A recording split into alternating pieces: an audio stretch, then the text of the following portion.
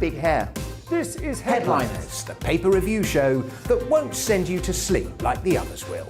11 p.m, 7 nights a week. Join us.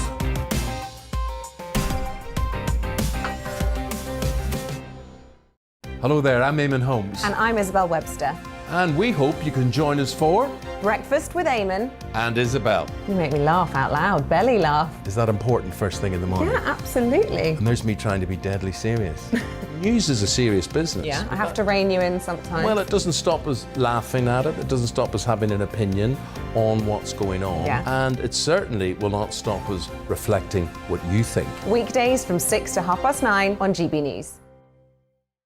I'm Dan Wootton. Join me Monday to Thursday from 9 to 11 for the feistiest and most fun news debate on TV, where free speech reigns. I'll bring you a sharp take on the day's biggest stories, bombshell newsmaker interviews, and A-list guests. And I guarantee you, no spin, no bias, no censorship, and no reason to go to bed. That's Dan Wootton Tonight, Monday to Thursdays from 9 on GB News.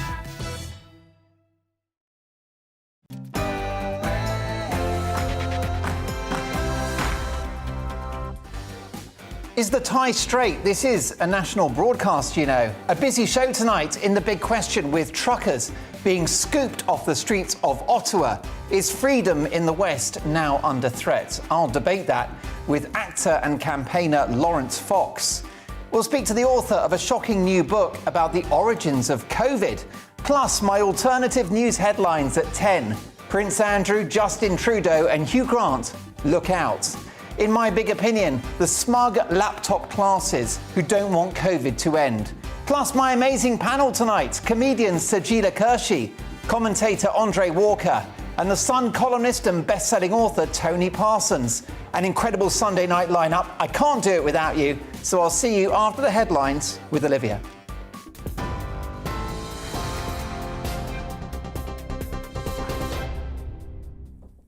Thank you, Mark. Here are the latest headlines from the GB newsroom. The Queen has tested positive for COVID-19, but Buckingham Palace says she's suffering just mild cold-like symptoms. The 95-year-old head of state is being cared for and monitored by her royal physicians.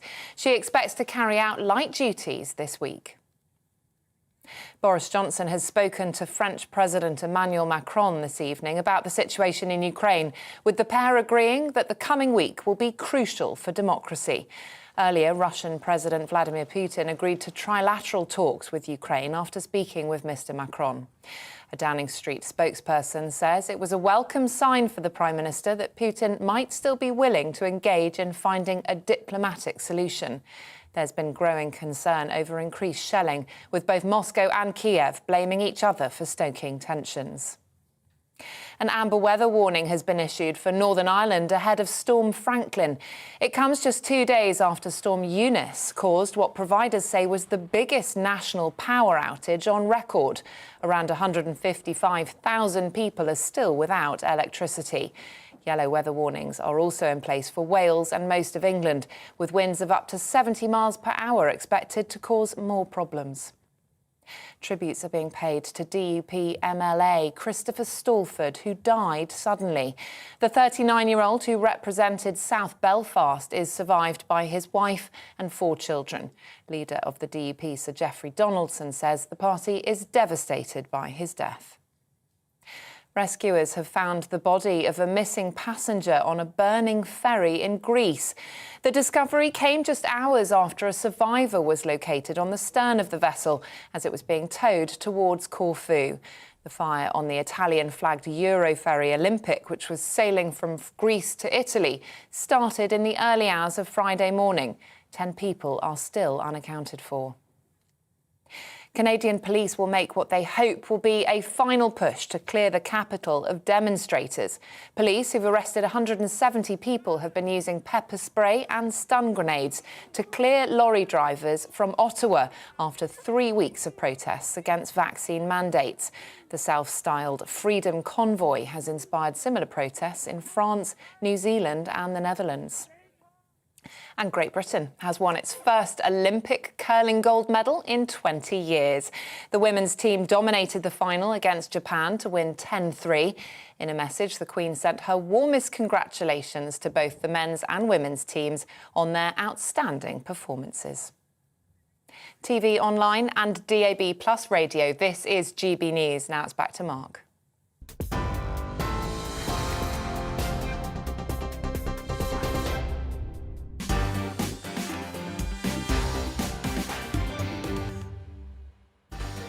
It's Sunday, February the 20th. You are watching and listening to Mark Dolan tonight. In the big question, with truckers being scooped off the streets of Ottawa, is freedom in the West now under threat? I'll debate that with actor and campaigner Lawrence Fox. And also we'll speak to Matt Ridley about the origins of COVID-19. He's an author and journalist, and let me tell you, the revelations in the book are quite something to behold. Plus my alternative news headlines, Prince Andrew, Justin Trudeau and Hugh Grant, watch your back. In my big opinion, the smug laptop classes who don't want COVID to end. With me throughout the show, reacting to the big stories of the day, is my amazing all-star panel of comedian Sajila Kershi, political commentator Andre Walker, and Sun columnist and best-selling author Tony Parsons. But the show is all about you. So drop me a line right now and throughout the programme, mark@gbnews.uk.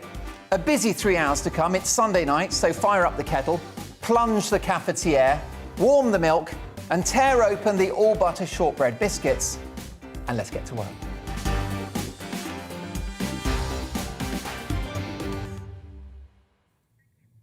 They don't want this to end, do they?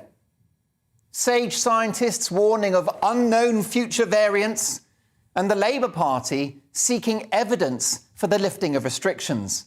By the way, I wouldn't call these lifting of restrictions early. They should never have happened in the first place.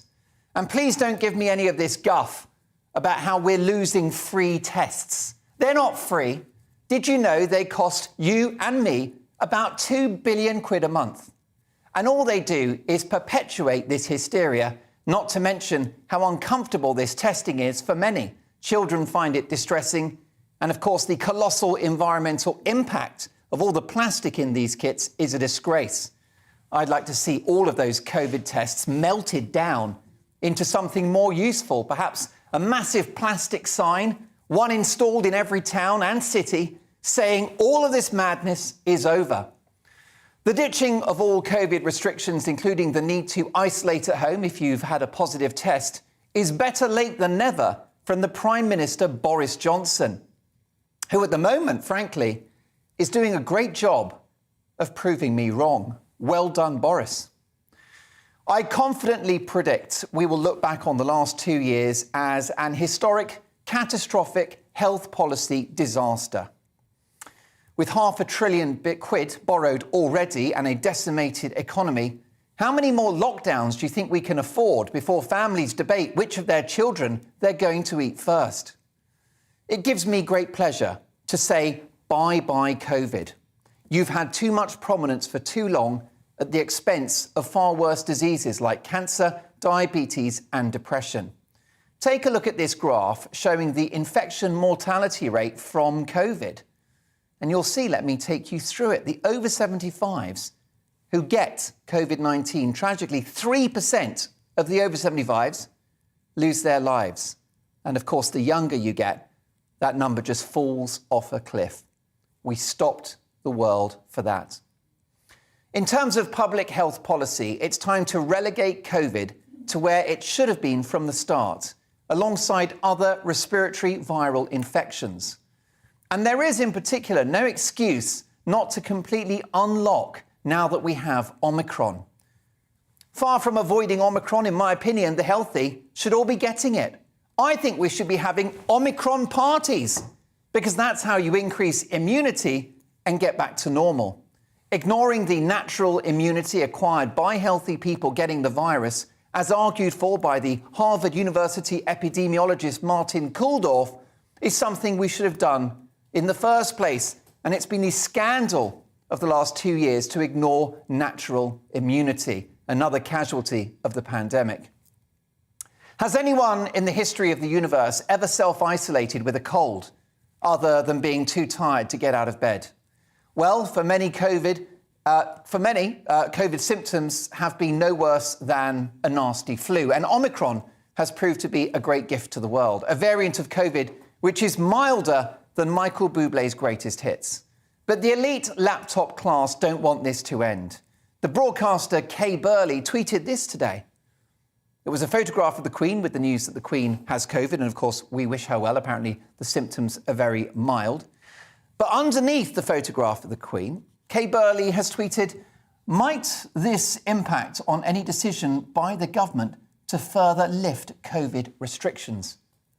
They just don't want this to end. Was Kay Burley so concerned when she partied with her mates on her birthday at the height of lockdown? You tell me. Or writing in the Mail on Sunday, ex-Vogue editor Alexandra Schulman, another paid-up member of the well-heeled laptop classes, again hesitant about lifting restrictions. Here's what she said. She's written this article, and basically she talked about the fact that she's had COVID and she still can't smell the flowers in her garden. Oh, she's got a garden. How lovely for her. Of course she's got a garden. Or what about those lockdowns for others? You try doing months of lockdown with 2 or 3 small kids on the 32nd floor of a high-rise. Smug middle-class cheerleaders of lockdown should hang their heads in shame after the damage that has been done. And yet some are asking for more of the same. The good, honest, working-class people of this country were the whipping boys and girls of this pandemic, going out to work every day whilst well-paid media types baked banana bread, mowed the lawn, watered their petunias and cracked open a bottle of Pinot Grigio at 5 in the afternoon as they tended to their last emails of the day. Independent Sage, the sectarian wing of regular Sage, don't want this to end either. But to anyone that pushed for these restrictions, I'm afraid it's game over. The burden of proof was on you to demonstrate we needed these restrictions, that they would work, and we expected a cost-benefit analysis, but none of these things were forthcoming. So the damage is done. People won't get those years back, those memories, those life moments, that income. The health damage and the economic impacts are all irreversible and are all on you, the lockdown cheerleaders. So now it's our turn. From now on, we do it our way, which is to inform people of the risks, offer them support and protection, particularly the vulnerable, for which I believe money should be no object. But never again should the public have their faces covered with a filthy rag that's been described by CNN's chief medical advisor as facial decoration. Never again should we stop people from going to work and providing for their families and contributing to the economy which pays for the NHS. Never again should we threaten someone's job for a medical intervention. And never again should there be a policy focused exclusively around vaccination. With a vaccine, yes, largely safe and fantastic for those who risk hospitalisation or death, but one which I believe has been largely oversold in terms of its ability to end the pandemic. Here's an inconvenient truth. The ultimate vaccine is being healthy. COVID-19 is a nasty virus and we all hate it. But like everything in nature, it's brutally honest too. Notwithstanding those with complex health issues outside of their control, and of course they must be protected, COVID-19 is otherwise a largely lifestyle-related illness. Did you see the PM on TV this morning? He's quite a unit, isn't he? And that's why he was hospitalised and flirted with death at the hands of the virus. Thankfully, he pulled through. Millions of people with a lower BMI shrugged off this virus, and at least a third of the population had no symptoms at all. And we stopped the world for that. God help me.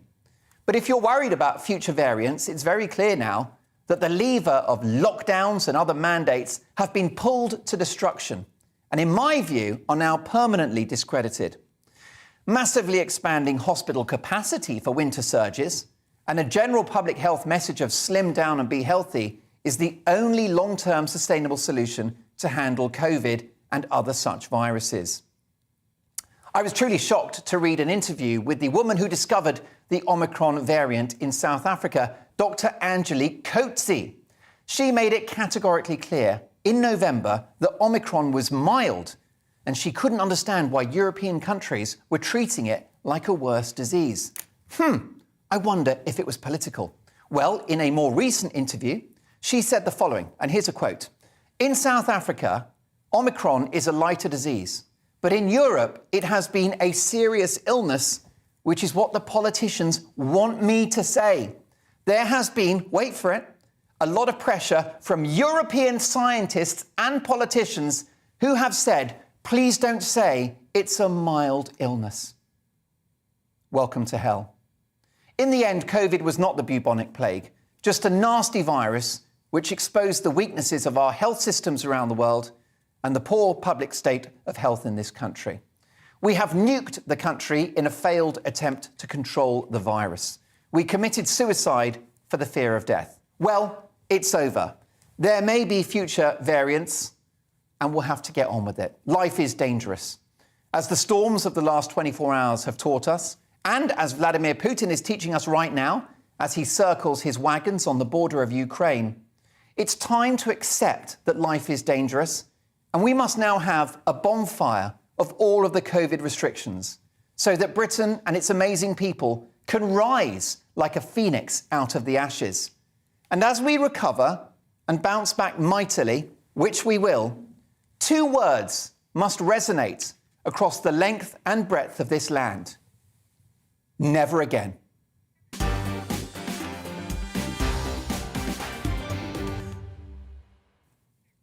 What's your thought? Mark at GBNews.uk. Would you like all restrictions lifted? There are many writing in today's Sunday papers about the fact that they think perhaps we're being reckless in seeing an end to all COVID restrictions, including having to self-isolate with a positive test. It's all about your opinions, so do get them into me as you can. But reacting to the big stories of the day and my big opinion monologue tonight are the political commentator and broadcaster Andre Walker, comedian Sajila Kershi, and Sun columnist and best-selling author Tony Parsons. Sajila, let me start with you.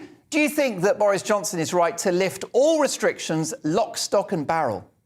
I honestly don't know. There is so much unpick in your monologue, which was very eloquently delivered. There's so much unpick.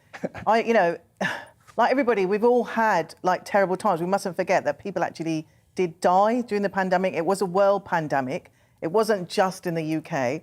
And I don't know who to believe. I don't know. I know that I was petrified in the first pandemic, first like lockdown. I had a bit of a breakdown, got really depressed and, was completely out of sorts. And then the second time I was supposed to have a surgery. It got delayed because of the pandemic. It's really serious. There's people that have lost their loved ones. Of course I'd like to say goodbye to COVID. I was singing bye bye COVID baby, but I thought that was wrong. I quite like that. I didn't know you could sing as well, Sajila. Rollers, no, never ever mention them. But it's difficult because I don't know. If I'm honest, like everyone's got an opinion, everyone's got an idea, everyone's got a thought. I can only go by what happened. I believed everything that the government told us, and so because it was happening all over the world, it wasn't just happening here. My feeling in the early days was like we didn't lock down soon enough. I don't want to go back to lockdown. I don't want to go and have restrictions. I didn't think that the mask was a dirty rag. I thought for me, I felt like it protected me. It protected other people from anything I might have. There's a lot to unpick. It's not an easy answer, and I can't sort of put it all my thoughts into one kind of little segment. I think it's great that we're coming out of it. I think there is a lot, as much as there were many negatives, I'm going to focus on the positives that I got from the lockdown, which is, there were so many things, hybrid working, home-life balance, just loving your life and appreciating what we've got, which is all a bit cheesy and hippie, but that's what I... Please don't sing again. But it's interesting what you've said there, Sajila. The issue I've got, Sajila, is I feel that the merits of lockdowns have actually been overestimated and there wasn't a proper cost-benefit analysis. I don't think that any of those that govern us are evil people who are trying to essentially plot the downfall of the Western world. I think that when the virus arrived on our shores in February or March of 2020, it was an unknown quantity, and you would have had to have had a heart of stone not to want to do something after you'd seen footage of hospitals in Italy being overwhelmed. I mean, they were horrific images. But it was 3 weeks to flatten the curve, wasn't it? And I just don't think, Sajila, that we've even come to terms with the enormous societal and economic price that we have paid to try to control the virus. I mean, here was a story in yesterday's Mail Online. The tragedy of COVID's 100,000 ghost children. And these are the children who dropped off the school register during lockdown and who have not returned. Well, oh my God, there's so many people just. I don't know if it's right to give, like a vaccine to children. I don't know. My niece has just had COVID really badly recently, and then there's an argument that they should have had it. Is that what you were asking? Sorry, I missed. Well, no, but I think 100,000 kids that have disappeared from schools not to return. You know, this is the sort of part of the enormous price we've paid for these measures. And I don't think that cheerleaders in the media, like Kay Burley and this ex-editor of Vogue, fully comprehend what people have been through or the damage that's been done. Yeah, you're right. The damage has been done, and it's all going to be hindsight now. But we did what we could at the time. And I'm no fan of the Tories, but I have to sort of feel some sympathy that they did what they did, and that there was a time where actually the positive was that the parties weren't divided. We were all kind of united here. These things happened. Let's all work together. There was a real sense of community. But it's all going to be hindsight now. It's all, we could have done this, we could have done that. I personally just want to get through it and get to the other side. We are nearly there, and just not dwell on all the terrible things that happened. And I have to keep going back to, you know, many lives were lost. This was a real thing. This wasn't just a cold. You know, Omicron might be a mild thing, but in the early days, there were, you know, the NHS was at breaking point. It was hideous. I think now we learn to live with it because it's the only thing that we can do, you know, because we can see from dictatorships like China and New Zealand that net zero, there's no way out. It doesn't end. There's no way for China or New Zealand to get back to anything remotely resembling normal life. So we just going to have to treat it. We're going to have to treat it now like the flu. And you know, if you're flattened by the flu, you stay in bed. And some people, 20,000, 25,000 a year die of flu every year, and it's sad and it's tragic. But you know what? You got to go sometime, and life goes on. And there's been so much damage. There's so much damage, especially to the young people of this country. You know, have had their, and even the lucky ones that go to good schools and could work from home. They've lost just so much. They've just lost so much of the best years of their life when they should be with their friends, getting off with people, you know, having sex, just having wild times, enjoying their youth. They've been denied that. They've been denied that largely by, you know, politicians and scientists who enjoy it, who like it. I mean, that's the great elephant in the COVID room, is that a lot of people really love it. They really love it. The politicians love the power. They love bossing this. You know, the freest people in the world, the British, never been invaded for 1,000 years, and suddenly we're complying with all these rules. And you know, and I went along with it, and I think it was the right thing to go along with it. But enough. So many people have not had their cancer diagnosed. So many people have had their livelihoods trashed, you know, healthy businesses trashed. And I just think that they enjoy it a little bit too much, you know, our boffins and our masters. Andre, you didn't get the memo about boys wearing a yellow tie tonight, but if we can discuss this issue in relation to the media, I mean, we're all in the media. Of course we are. Sajila's a comedian, you're a broadcaster, Tony is a writer and journalist, and I'm on GBNews, but I'm concerned, especially looking at today's Sunday papers, that so many people that are in what I'm calling the laptop classes are not only not reflecting on the huge impact of these measures to stop the virus, but they want it to continue. Well, I think in Myanmar we saw the first social media genocide. Now we're seeing the first social media epidemic. The reason is because people are pushing so hard to make themselves sound good. You know, the other day, and this is where the media need to be horsewhipped, or some members of the media, and where the Chris Whitties of this world need to be horsewhipped. The other day I went to a friend of mine's funeral who was 47 years old. He had cardiomyopia.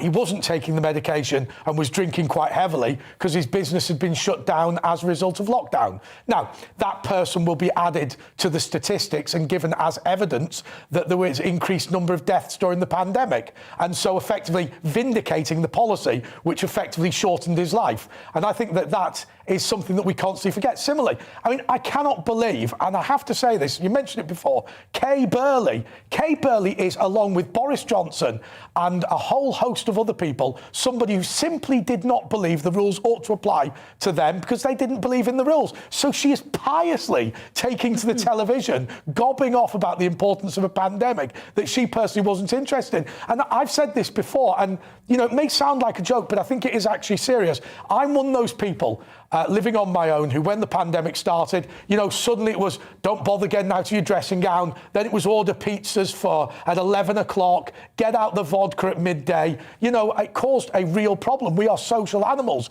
and locking people up under house arrest has done real damage to people. Now, I'm sitting here now a little bit fatter, though I'm attempting to shift some of the weight, and it hasn't given any long-term damage. But as I say, I went to the funeral of somebody who had lost his life prematurely as a result of this, and I think that the fact that the media act in such a pious fashion over this, I think, is ludicrous. My brilliant panel will return next as part of our big question. Is free society under threat? Also, later in the hour in our news agenda, is the West doing enough to help Ukraine, or have we thrown them under the bus by actually appeasing Vladimir Putin? I think you'll agree we're travelling business class with my panel tonight, but I can't do this show without your emails, so get them in now. mark@gbnews.uk. Is it time for a bonfire of the COVID restrictions? See you in 2.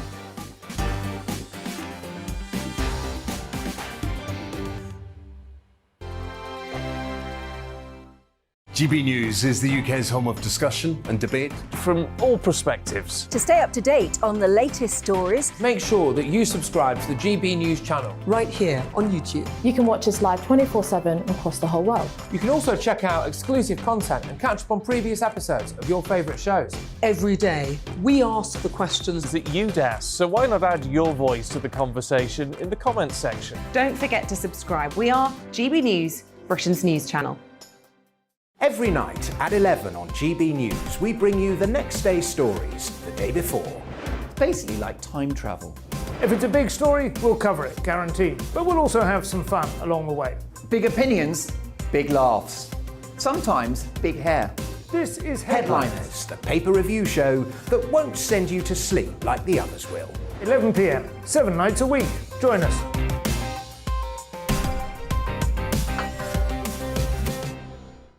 Hello there, I'm Eamon Holmes. And I'm Isabel Webster. And we hope you can join us for Breakfast with Eamon and Isabel. You make me laugh out loud, belly laugh. Is that important first thing in the morning? Yeah, absolutely. And there's me trying to be deadly serious. News is a serious business. Yeah, I have to rein you in sometimes. Well, it doesn't stop us laughing at it. It doesn't stop us having an opinion on what's going on. Yeah. And it certainly will not stop us reflecting what you think. Weekdays from 6 to 9:30 on GB News. I'm Dan Wootton. Join me Monday to Thursday from 9 to 11 for the feistiest and most fun news debate on TV, where free speech reigns. I'll bring you a sharp take on the day's biggest stories, bombshell newsmaker interviews, and A-list guests. And I guarantee you, no spin, no bias, no censorship, and no reason to go to bed. That's Dan Wootton tonight, Monday to Thursdays from 9 on GB News.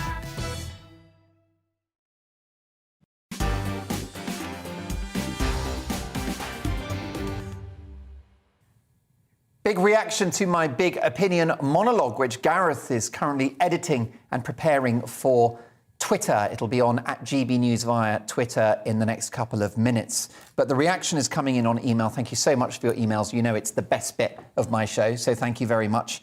Scott, dear Mark, all restrictions should be lifted. I'm afraid our government, mainstream media and civil service have been proved unreliable at best, and I personally will never trust any of them again on anything. Well, that's my view about the vaccine mandates. I think what it's done is that it has supercharged vaccine hesitancy, which is completely counterproductive and will ultimately, in my view, cost lives. So I agree with you on that one, Scott. How about this from Mark, who says, "Hi, Mark. Generally, the only people who have anything to fear from COVID are those whose BMI exceeds their IQ. Maybe they can't do much about the latter, but the former is firmly within their control, as you well know. Ditch the car and the carbs. Great show as ever. Mark, thank you for that. And I quite like that slogan. Very snappy. Bit of alliteration. And lastly, at this point, let's hear from Aid. Hello, Aid. How are you tonight? Aid says, Dear Mark, you're so right. COVID restrictions should have ended ages ago, but don't make the mistake of crediting Boris for this. Credit instead the 101 Tory rebels who put the fear of God into Bojo. Aid, thank you for that. Well, if you think COVID restrictions are being lifted too quickly, please do get in touch, mark@gbnews.uk. It's time now for the big question, in which we tackle a major news story of the day, with Canadian Premier Justin Trudeau literally scooping trucker protesters off the streets of Ottawa who are demonstrating against vaccine mandates and draconian COVID rules. Is the very concept of freedom in the West now under threat? Well, I'm delighted in order to discuss this to welcome former editor of Labour List, journalist, broadcaster and good friend of the show, Peter Edwards. We're also joined by the actor, campaigner and leader of the Reclaim Party, Lawrence Fox. And last but not least, joining us from the United States is political commentator Julio Rivera. Great to have all of you with me. I've just actually received a tweet from you, Lawrence Fox, and you've essentially tweeted the following. Apologies for the noise in the background. That's a dinner party. I'm going to be on GB News very shortly. But that dinner party is one that I've had each and every Sunday throughout the lockdowns, just like Boris Johnson. Hi, Lawrence. Hi, Mark, and thank you for having me on. Yeah, no, I've got a room full of people, as I have the whole way through lockdown. I've ignored 100% the tyrannical rubbish that our government has thrown at us, and my friends are in the next door room, and your production team has said, can they please be quiet? And so I said to them, can you shush, please? And they're all trying to be quiet in the other room. So you've had Partygate for 2 years. As a matter of principle, it's all about freedom. Yes, and absolutely. What's going on is, you know, if the concept of the question is free society ended, yes, 100% it is. It's finished. So what I have done, and I've done from day one, is I've said I am not going to apply my own living standards to the tyrannical mandates of the government, and I'm not going to pay any attention to it. As has been proven, the government didn't either. So I've got a room full of people in there, including my kids, and we're doing. There's been some breakdancing. My goodness, it'll probably be Twister later. Peter Edwards, great to see you again back on our screens. Do you think that COVID measures are being lifted too quickly, as many writing in Sunday's papers today seem to think? Well, I thought you were going to ask me about free speech. I mean, I think there is a case in Britain for keeping some of the measures a bit longer. I certainly think something like face coverings are a very low-grade item, not terribly inconvenient, and I think they can keep people safe. I also think, actually, people should obey the rules, wherever they are, and I suspect Lawrence's local police force may be taking interest in what he said. I'm not sure it's practical to really choose which laws we obey, but Boris Johnson has bowed to political pressure, and whether you think that's sensible on principle or completely daft, it's, as you indicated earlier, a decision driven by Tory backbenchers, not by the Prime Minister. But Peter Edwards, the reason why the COVID restrictions are linked to freedom is that if they're not all completely lifted, then we are not free. And the question in tonight's debate is whether freedom is now under threat in the West. I would argue that with Omicron, a famously mild virus, if we can't lift restrictions now, we never will. And that's the point, isn't it? I think that's a really daft premise for your question. There are restrictions on all sorts of life, and it's almost like you're advocating a lawless society, which I'm sure you wouldn't. So there's restrictions on how we drive a car, for example. Lawrence, I didn't interrupt you. Lawrence, show some old-fashioned manners. You're talking rubbish. You're talking such rubbish. It's like, well, wear a mask. It's fine. You're talking rubbish. It's like, just talk sensible. Lawrence, just shouting at people isn't an argument. OK, Peter, finish your point, Peter, and I'll come back to Lawrence. You're talking absolute bollocks. Stop talking bollocks. Give me some science. Talk to me about why we should maintain these restrictions. Why you should put a mask on a child in a school. You tell me. Give me the reason. I'm sick of it. The country is sick of it, and we're all sick of it. You and your lot who are losing this battle, who have lost this battle. It's game over for you lot. Okay, Peter. Yeah, so I'm happy to talk to Mark and answer his questions, but I'm not going to be interrogated by an angry, foul-mouthed, gesticulating campaigner. Mark, to go back to your point, I think about restrictions. Asking you a question you're not going to answer. Peter, finish your point, Peter. Yeah, there are restrictions in every walk of life. How we put up buildings for safety, how we drive cars, and how we sell food. So I think there's restrictions in all walks of life, and we've had a once in a 1,000 years pandemic. It's not unreasonable that you have restrictions on that. And, to finish, left, right and centrist governments, not my lot, not your lot, left, right and centrist governments have all imposed restrictions because they realise this is a once in a millennium event. Let's get an American... It's a destruction of our civil liberties, which you are sitting there going, and you're going, I go along with it. I've just had Omicron. It's a cold. Get over yourself. And also, everyone who stands by you, there's peaceful people in Canada protesting against this stuff. It needs to be stood up against. It's tyranny. Don't speak like that. Well, let's speak, you Peter. sound like you're losing the plot. Let's let this gentleman speak. You don't have any principles, mate. You have no principles. You want people Hold fire. Hold fire. Let's now speak to the editorial director for Reactionary Times, Julio Rivera. Julio. Well, thank you for the opportunity to get a word in. But the fact is, listen, even in America, we've been living under the illusion of freedom for decades. The fact of the matter is, as soon as this came up, we saw how quickly we can be stripped, and we saw the hypocrisy of our leaders. You saw it with people like the California governor, Gavin Newsom, taking his weekend trips to Montana, to a state that didn't have the restrictions that he was imposing on his own citizens.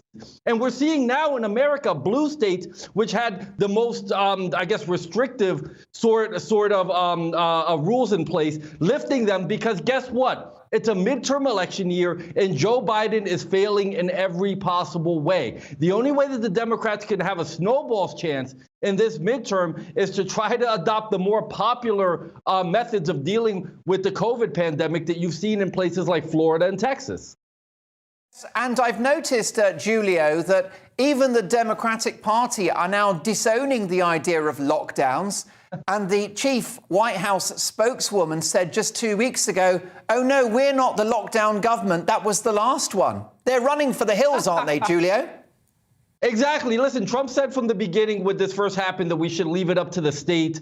Biden and his ilk were more into the idea of federalizing it. But let me tell you something, Mark. As soon as the primaries get close and we get closer to the election, you're going to see the restrictions come back because they're going to want people voting by mail so they can sit there and play all sorts of games with ballot harvesting and hoarding and not checking signatures on mail ballots to try to get as many legislators elected as they possibly can to help this horrible president with his broken agenda.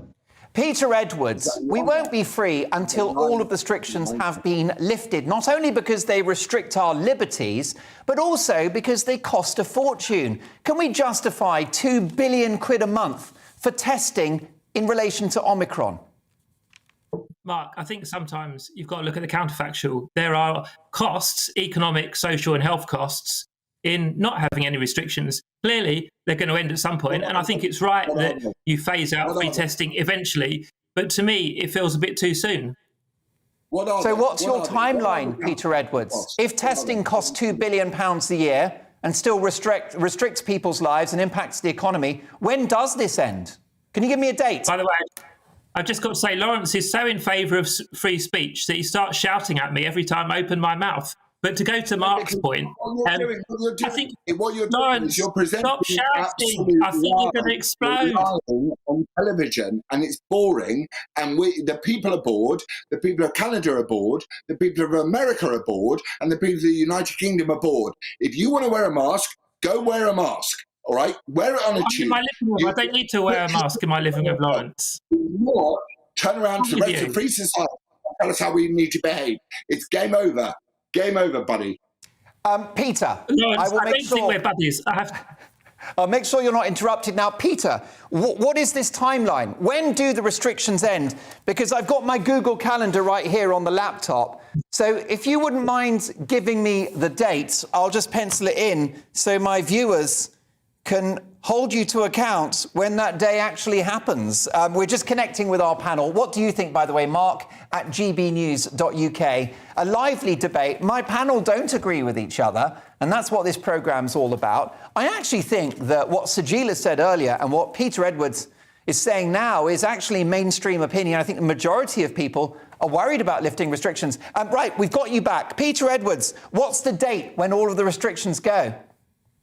Well, I think it'd be a very naive scientist to pick an exact date, let alone an even more naive non-scientist. I think we've got to judge it by the case numbers. But do case numbers matter for Omicron, which is a mild virus compared to Alpha and Delta? Can you die of Omicron? Yes, you can. Therefore, it matters. No, well, Omicron was with us for several weeks, and I think there was one reported death on planet Earth. But look, I take your point. Ultimately, Lawrence, this is a question of freedom. Do you think what the Prime Minister is doing this week is enough? I think what the Prime Minister is doing this week is the correct thing. I think the question of whether we live in a free society is that we absolutely don't. It's finished. Free society is over. And what we need to do is we need to stop being passive and accommodating. And this is why I'm not going to be passive and accommodating ever again with this mantra of evil, is this spiritual war. We're fighting people who want to mask, control, and dominate. And what I'm going to do is I'm going to spend every single breath until my dying day fighting for my children's freedom. And people like you, my friend, and I love you because I love God and I love you and you're a part of God's creation, but you will not dominate people that want to be free. You will not do that. And what's happening in Canada should be utterly condoned by our Prime Minister and utterly condoned by those across the Western world. And all we've got is a bunch of sort of soft people going, oh, well, maybe the Queen's got a cold. It's like, get over yourselves. People get ill. Life is hard. Move on. Okay, now briefly, 5.9 million Peter. People dead from COVID globally. Peter Edwards, what was your question? You tell me how many are dead from COVID globally. You tell me how many. Of or with? You tell me. You tell me how many. I'd rather take my questions from Mark, who I think is a bit more reflective. I think Lawrence is going to explode. My concern is 5.9 million people dead globally from COVID. Well, look, Peter, thank you for that final point, and Lawrence as well. Before you both go, can I get the view of Julio Rivera? How do you think things are going to play out in Canada, Julio? Because many of my viewers think that what's happening in Canada is a test case for freedom around the world. I think it most certainly is. And God bless the truckers. We have to do away with these mandates. I've said from the very beginning, the people who are high-risk communities and populations need to protect themselves if they feel the need to. But the rest of the world, if you actually look at the numbers, how many people died of COVID with no comorbidities, the number is only 5% of the total number that they're reporting is COVID deaths. This is manufactured hysteria on behalf of the pharmaceutical lobby and governments all around the world. Well, gentlemen, it's been a very lively debate. I'm so grateful to you, Lawrence, for interrupting your party. May I send the partygoers my best wishes. My sincere thanks also to a very good friend of mine, Peter Edwards, a regular panellist on Mark Dolan tonight. Peter, we'll see you in the studio soon. And also a winning debut from the editorial director at Reactionary Times, Julio Rivera. Julio, let's speak again soon as well. Gentlemen, thank you for your time. I'll get to your opinions very shortly. But Zoe, can we have a word with my panel? Do you mind? Brilliant. Let's bring Andre into this, Sajila, and also, of course, Tony. So, folks, let's kick off with the question of freedom. Tony, who were you inclined to side with in that debate just now? Well, I was very impressed by Lawrence. He's the first person to smoke on British TV since 1971. So that's kind of obviously a landmark moment. I mean, I think where we are now, the truth is that our Prime Minister doesn't have the political or moral capital to lock us down anymore, to impose restrictions on us anymore. And that's a good thing. And I understand that Boris's libertarian instincts were given a bit of a kick in because he came closer, about as close to death as you can possibly come without actually dying when his partner was pregnant with their first child. And I understand that changed his views, that railed him. And I also understand that Her Majesty's opposition were using every death as a big stick to beat a government that won an 80-seat majority at the last general election. So I understand his timidity, and I understand his reticence, I understand his care, and I understand that, you know, one day there will be a great accounting, and our government will be held accountable for the deaths. But I just think it's done. I just think it's done because any alternative doesn't work. Any alternative, as we see in parts of the world where they're just trying to suppress it, where they're trying to crush that sombrero still, that mad act of trying to just pretend that it doesn't exist, it just simply doesn't work. It simply doesn't work. The restrictions in the end don't, and the price that we pay is just too high. The person who gets undiagnosed, the dying elderly relative who can't see their beloved grandchildren, the person who's worked and fought for their business to see it just trashed, to see it shut down by some arbitrary government decision, and by people that never lose their livelihoods. Just to see anyone that's got a child in this country knows that their lives and their education has been severely disrupted. But we lift the restrictions, we embrace freedom because there's nothing else to do. That's the only possible thing to do. Sajila, Peter Edwards doesn't see a strong link between what he considers light COVID restrictions and freedom, but Lawrence Fox does. What do you think? I'm probably sitting in the middle of those two opinions. Lucky you. What a sandwich that is. Sorry? What a sandwich that is. What a sandwich, what a sorbet. Well, the thing is, and I'm probably less angry, I think. I'm a firm believer of freedom. I always have been, and for various reasons. But I know that if you curb one freedom, it's not going to be long before they curb another one. And I think, like I said, I don't know the answers. I don't know, because I believed everything I was told. I thought that we were doing it for the good of everybody. I think the long-term effects of how it's affected all of us as individuals, that's still yet to come. The fallout, the anger, the rage, it's there simmering under, and I think it's like a pressure cooker that's just going to blow. And we're seeing it across the globe. We're seeing, with Canada, with the truckers and Trudeau. I never expected that to happen from him. And I don't want our freedoms curbed. I wanted us to be safe.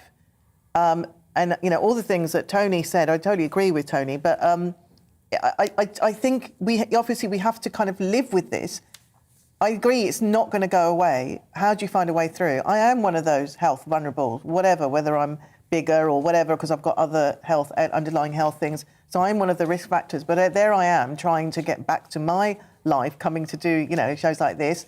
And I think we have to move forward. We have to kind of, and it's not going back to where we were before. It's a really cliche, but it is going forward with something that's different and new. But I don't want that different and new to be with our liberties being curbed. Lockdown is one thing, but what is the thing when they curfew? We don't want a curfew, because that's effectively what it ends up being. You can only go out between certain hours. I don't want those things. I don't want my bank details to be looked at because I've disagreed with something. I want my freedom of speech. And what a wonderful thing, because you just had like 3 people just, live from different parts of the world with very, very different opinions, expressing them in very, very different ways. And that is the beautiful thing that we do have in the West that we must never take for granted. And so, I still don't... I don't know what the right thing would have been to do. There's going to be a lot of, looking back, and we should have done this, we should have done that. I'm just glad that most of us made it through in one piece. Well, definitely. Andre, what bothers me is if we have just one restriction left, it means the government have still got a foot in the door. And that's why, in my view, they've all got to go. Well, let me just say one thing. Peter Edwards is wonderful at glutinous piety and making out something where he doesn't have an argument at all makes him morally superior to other people. So I understand why Lawrence Fox got frustrated. But will you ask the critical question, when will be the end date? And let me tell you, the answer to that question is never. what people like Peter Edwards want to do, what the Labour Party wants to do, what Keir Starmer wants to do, what Chris Whitty, Van Tam and all the rest of them want to do is make lockdowns and mandatory medical treatment part of public health, general public health policy. So any time there is an outbreak of any infectious disease, then what we will start doing is having lockdowns, face masks, mandatory vaccinations, whatever it is. And so what you would see, I'd have suspected, every winter is a winter flu outbreak dealt with by a local lockdown. There are people talking about that, and that is why it's so critically important to say that this should never have happened in the first place. Maybe 3 weeks to flatten the curve. I think those opening the Nightingale hospitals was a good idea. They weren't used, but I think it was a good idea because we didn't know how bad things were going to be. But the idea that this is now a permanent part of public health protection is something that is incredibly dangerous, and that's why you have to stop all of it and hang the cost. Well, that's why I've argued in my Big Opinion monologue that we must massively expand hospital capacity so that when there are inevitable winter surges of respiratory viruses, that they can cope, because we cannot have another winter in which we damage the economy, wreck society in order to save the NHS. Look, my amazing panel are back in 2 minutes. Sajila Kershi, Andre Walker and Tony Parsons. Hashtag Dream Team. And we'll be having a big debate after this about whether the West have thrown Ukraine under the bus. But the poll results are in, and the question placed on Twitter is as follows. Is the very concept of freedom under threat? Well, 90% of you say yes, free society is under threat. 10% say it is not. Well, it's all about opinions on my show. So after this, is the West doing enough to help Ukraine? And don't forget, at 10 o'clock, I'm going to meet Matt Ridley, biologist and author of Viral, the search for the origin of COVID-19. Also at 10, we've got my alternative news headlines. Prince Harry, Prince Andrew and Hugh Grant, look out. We'll see you after this short break.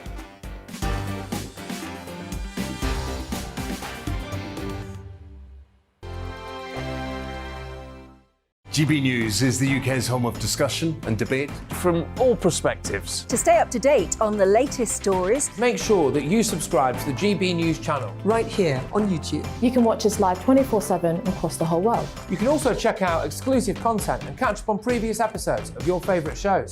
Every day, we ask the questions that you'd ask. So why not add your voice to the conversation in the comments section? Don't forget to subscribe. We are GB News, Britain's news channel. Every night at 11 on GB News, we bring you the next day's stories the day before. Basically like time travel. If it's a big story, we'll cover it, guaranteed. But we'll also have some fun along the way. Big opinions, big laughs. Sometimes big hair. This is Headliners, the paper review show that won't send you to sleep like the others will. 11 p.m, 7 nights a week.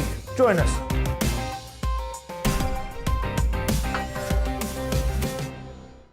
Hello there, I'm Eamon Holmes. And I'm Isabel Webster.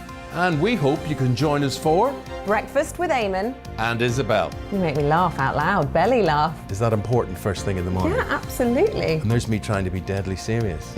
News is a serious business. Yeah, I have to rein you in sometimes. Well, it doesn't stop us laughing at it. It doesn't stop us having an opinion on what's going on. Yeah. And it certainly will not stop us reflecting what you think. Weekdays from 6 to 9:30 on GB News.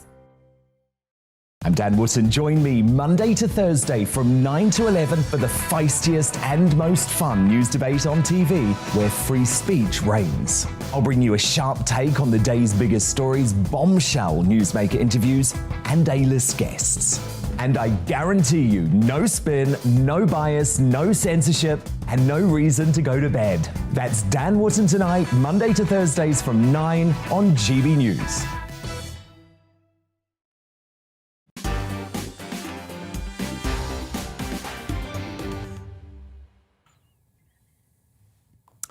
A big reaction to the big question coming through on email. I'll get to your thoughts very shortly.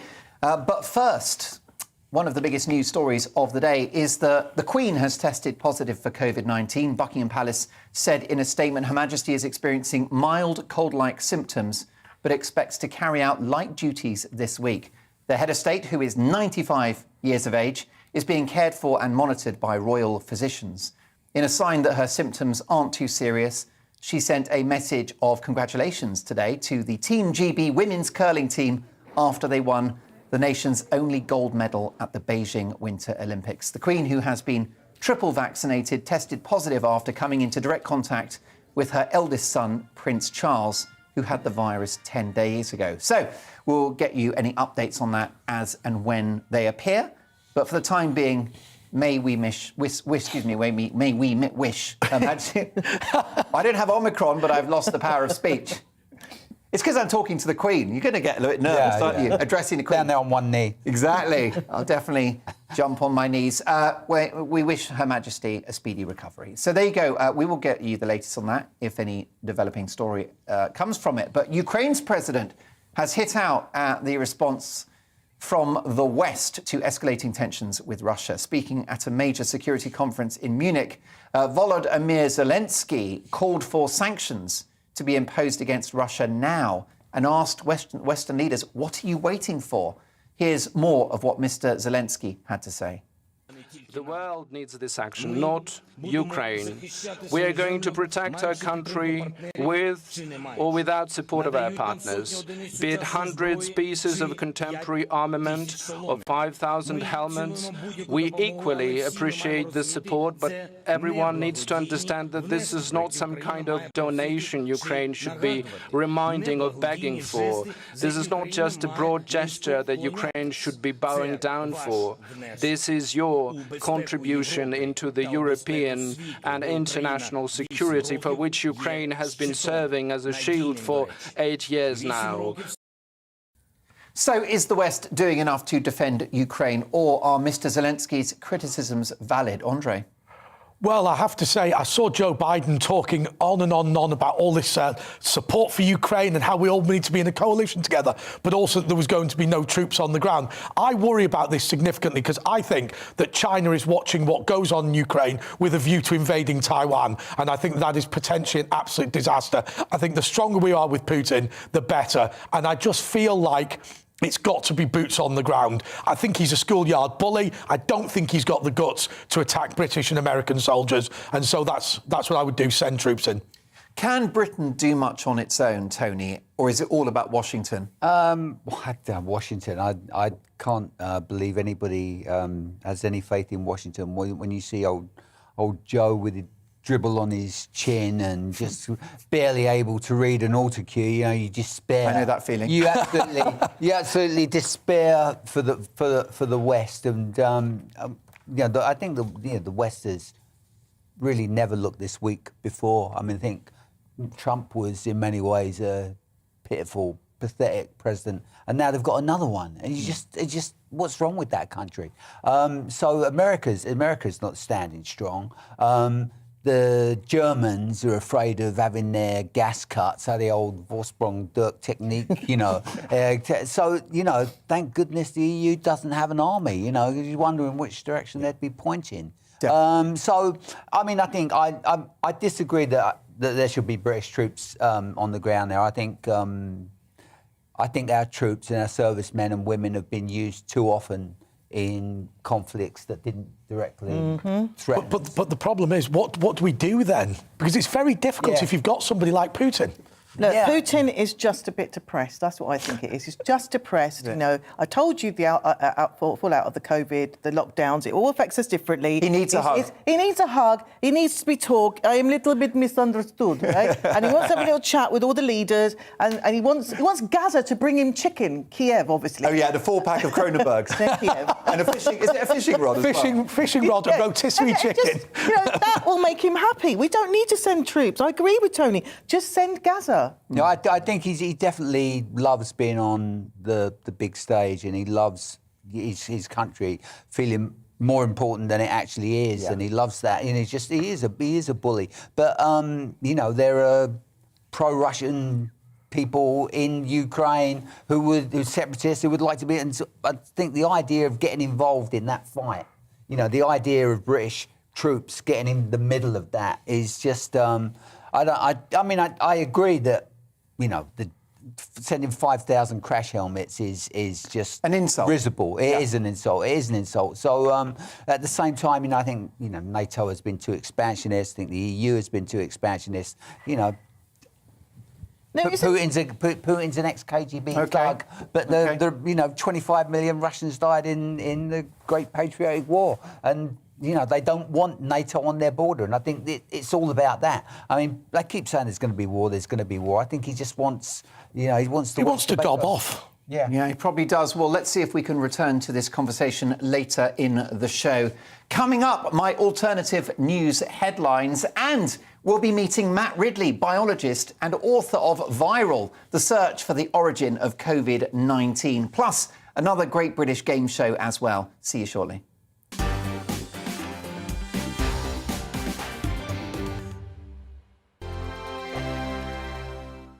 GB News is the UK's home of discussion and debate from all perspectives. To stay up to date on the latest stories, make sure that you subscribe to the GB News channel right here on YouTube. You can watch us live 24/7 across the whole world. You can also check out exclusive content and catch up on previous episodes of your favourite shows. Every day, we ask the questions that you'd ask, so why not add your voice to the conversation in the comments section? Don't forget to subscribe. We are GB News, Britain's news channel. Every night at 11 on GB News, we bring you the next day's stories the day before. It's basically like time travel. If it's a big story, we'll cover it, guaranteed. But we'll also have some fun along the way. Big opinions, big laughs. Sometimes big hair. This is Headliners, the paper review show that won't send you to sleep like the others will. 11 p.m, 7 nights a week. Join us.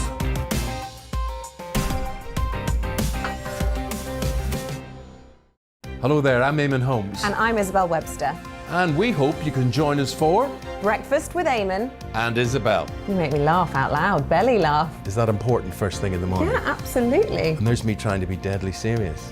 News is a serious business. Yeah, I have to rein you in sometimes. Well, it doesn't stop us laughing at it. It doesn't stop us having an opinion on what's going on. Yeah. And it certainly will not stop us reflecting what you think. Weekdays from 6 to 9:30 on GB News.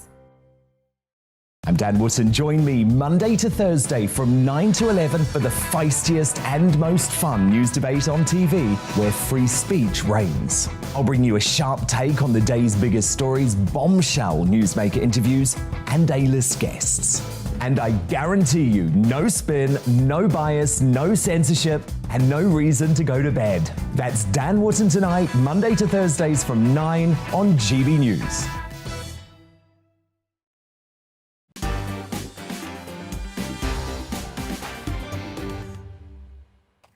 A massive hour to come. We'll be speaking to the author of a shocking new book about the origins of COVID-19. Plus, in 2 minutes' time, my alternative news headlines. Prince Andrew, Justin Trudeau, and Hugh Grant, look out. Lots to get through, but first, here are the headlines with Olivia.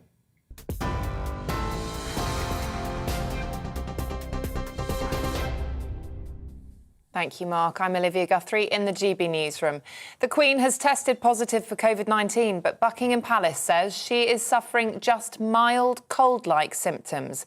The 95-year-old head of state is being cared for and monitored by her royal physicians. She expects to carry out light duties this week.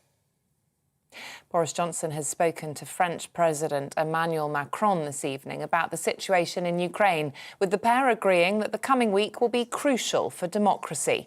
Earlier, Russian President Vladimir Putin agreed to trilateral talks with Ukraine after speaking with Mr. Macron.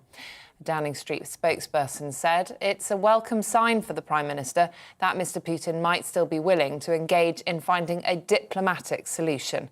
There's been growing concern over increased shelling, with both Moscow and Kiev blaming each other for stoking tensions. An amber weather warning has been issued for Northern Ireland ahead of Storm Franklin. It comes just 2 days after Storm Eunice caused what providers say was the biggest national power outage on record. Around 155,000 people are still without electricity. Yellow weather warnings are also in place for Wales and most of England, with winds of up to 70 miles per hour expected to cause more problems. Tributes are being paid to DUP MLA Christopher Stalford, who has died. The 39-year-old who represented South Belfast is survived by his wife and 4 children. Rescuers have found the body of a missing passenger on a burning ferry in Greece. The discovery came just hours after a survivor was located on the stern of the vessel as it was being towed towards Corfu. The fire on the Italian-flagged Euro ferry Olympic, which was sailing from Greece to Italy, started in the early hours of Friday morning. 10 people are still unaccounted for. Canadian police will make what they hope will be a final push to clear the capital of demonstrators. Police, who've arrested 170 people, have been using pepper spray and stun grenades to clear lorry drivers from Ottawa after 3 weeks of protests against vaccine mandates. The self-styled Freedom Convoy has inspired similar protests in France, New Zealand and the Netherlands. And Great Britain has won its first Olympic curling gold medal in 20 years. The women's team dominated the final against Japan to win 10-3. In a message, the Queen sent her warmest congratulations to both the men's and the women's teams on their outstanding performances. TV, online and DAB plus radio. This is GB News. Now it's back to Mark Dolan tonight.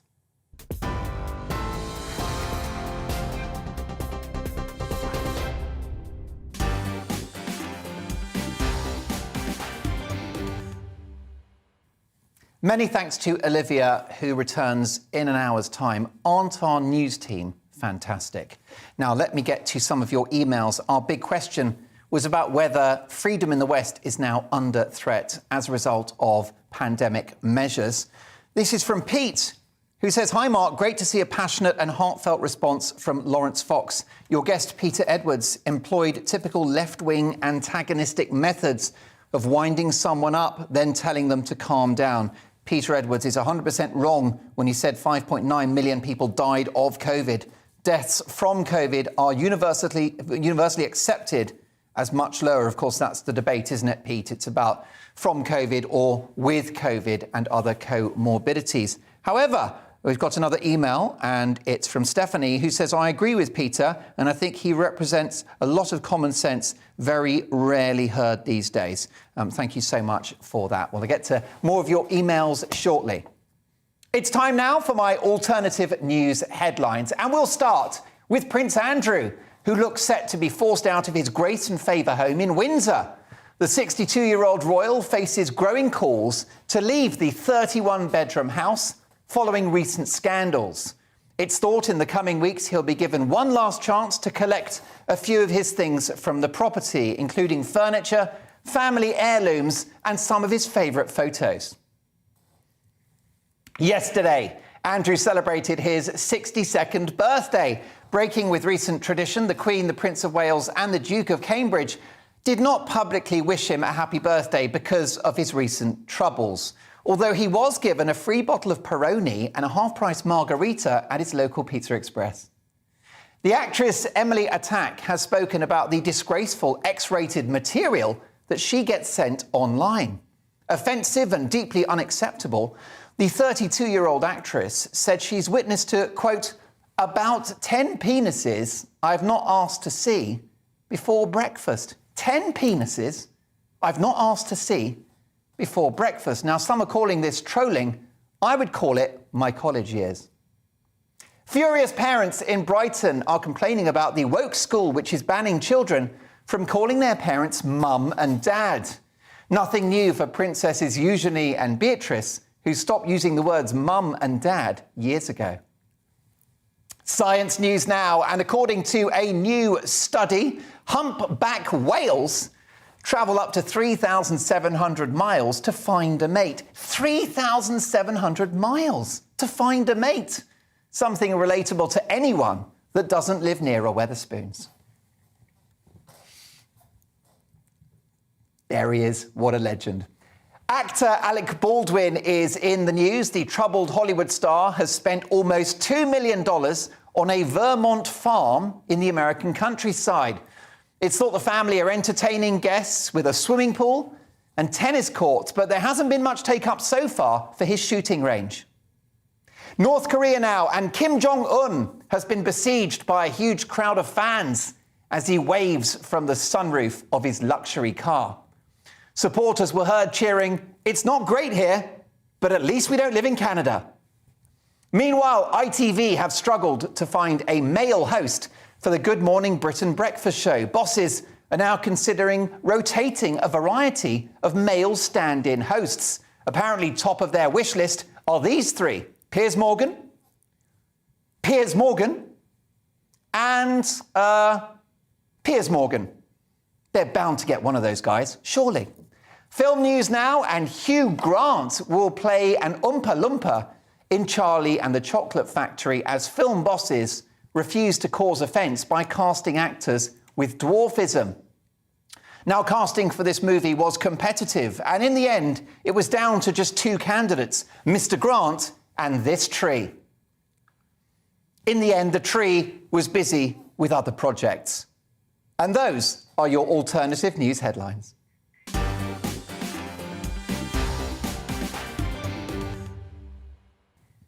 It's time now for Mark Meets, in which I speak to the biggest names in the world of politics, sport, showbiz and beyond, or those that simply have a big story to tell. Tonight, what are the true origins of coronavirus? A year ago, speculating that it might have been from a lab in Wuhan would have got you cancelled. Now it's being seriously considered by the authorities. But what is the truth about the source of this pandemic, one which has devastated the world? Well, I'm delighted to welcome Matt Ridley, a journalist and entrepreneur, and the co-author of Viral, The Search for the Origin of COVID-19. Well, it's brilliant to have you on the show, Matt Ridley. Welcome to GB News. Thank you very much. Good evening to you. Congratulations on the publication of the book. It's winning rave reviews. It has become a pandemic must-read. Why did you write it? Well, I co-wrote it with Alina Chan, a brilliant young scientist at Harvard, and we had both become increasingly intrigued by the failure to find the origin of this pandemic. Normally, we can find these things pretty quickly. In the case of SARS, it was a couple of months, and we'd worked out how people were getting infected. In this case, everything that we expected turned out to be a red herring. The pangolins, the market, all that kind of thing. And the more we looked into it, the more suspicious it became that the pandemic had begun in a city with a laboratory that is the leading laboratory in the world for studying these kinds of SARS-like coronaviruses. And that turned out not to be an idle speculation, because we then found all sorts of information that had been covered up that we had to dig out. We ended up writing a whodunit. I mean, it's very much a detective story. We don't conclude that it definitely came out of the lab.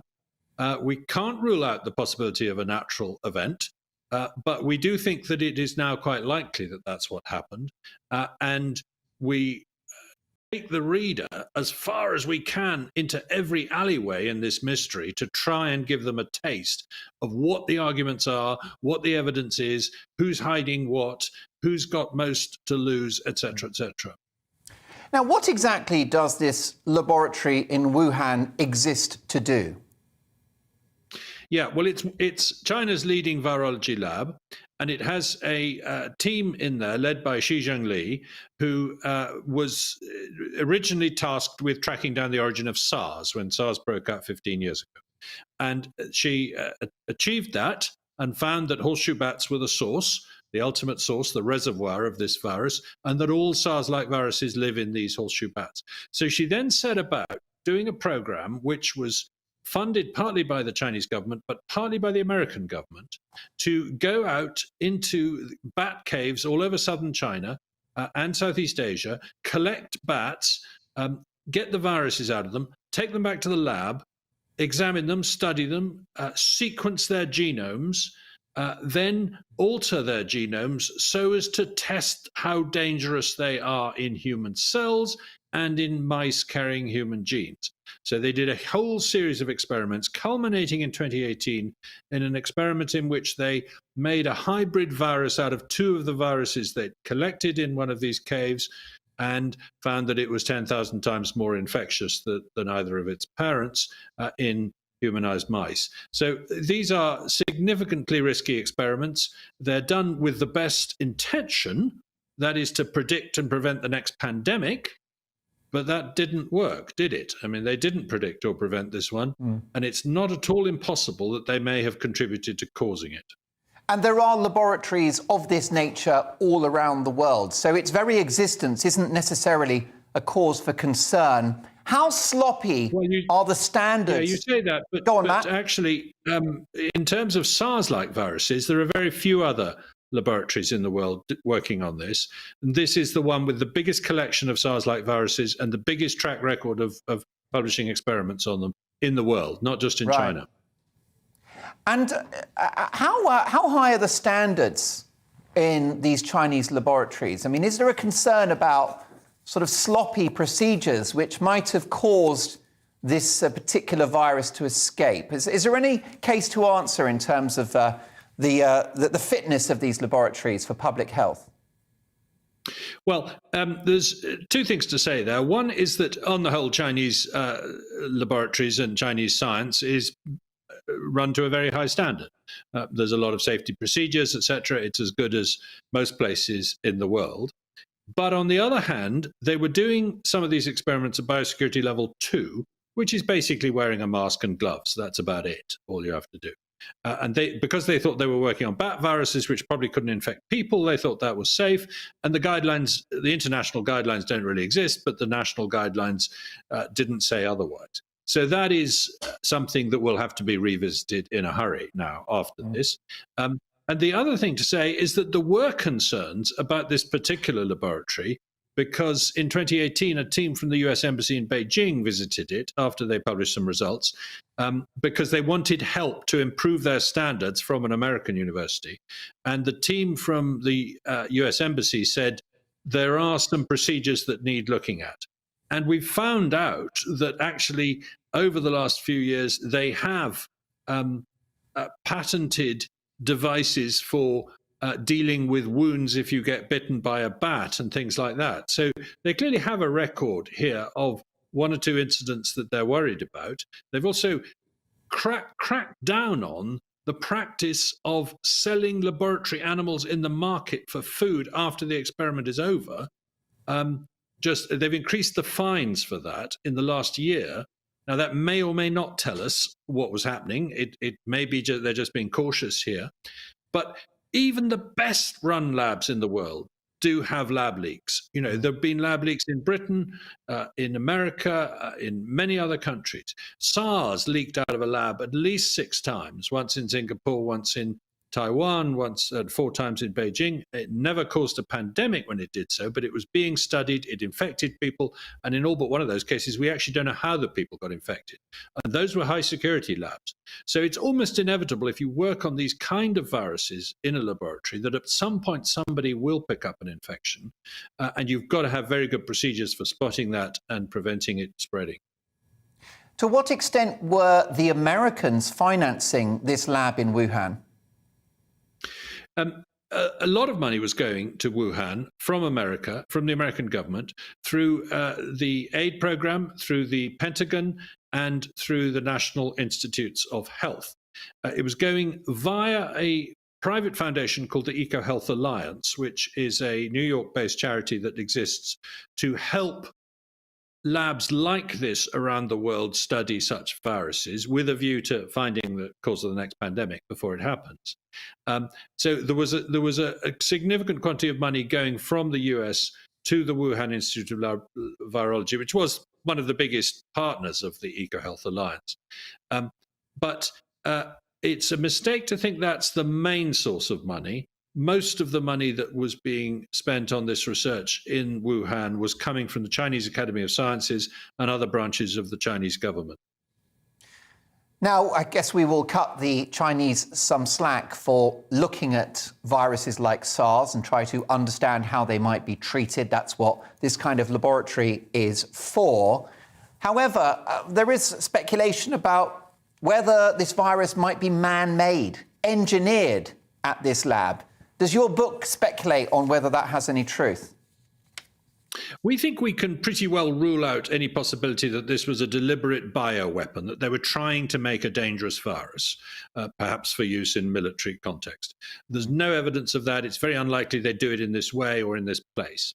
But what we can't rule out is that one of the experiments they did describe doing on similar viruses, which is to take part of the spike gene out of one virus and put it into another virus, because they can't grow the first virus, but they can grow the second, and they want to be able to test how dangerous it is, that does require a degree of genetic manipulation. It requires swapping in part of one virus into another virus's genes. And they were doing those experiments. Those experiments did sometimes result in much more infectious virus and sometimes much more virulent viruses in mice, but those are mice with human genes. So this virus was getting a sort of training on attacking human beings. Now, we don't know for sure whether this virus was one of those, but rather remarkably, a few months ago, a grant proposal came to light from the EcoHealth Alliance in America, in collaboration with the Wuhan Institute of Virology, to say what we want to do is put a special sequence into a SARS-like virus to make it easier to grow in the lab. It's called a furin cleavage site. And this virus is the only SARS-like virus ever seen with a furin cleavage site in it. So it's a bit like finding a program saying we want to put a horn on a horse, and then a unicorn turns up in the same town. It's that unusual. Matt, isn't this man meddling in nature? Wouldn't we be better off without any of these laboratories? Well, I don't agree with that, because I think we've done wonderful things with biotechnology. We've made the messenger RNA vaccines for a start. We're doing fantastic things with genetically modifying crops and so on to make them safer to use and that kind of thing.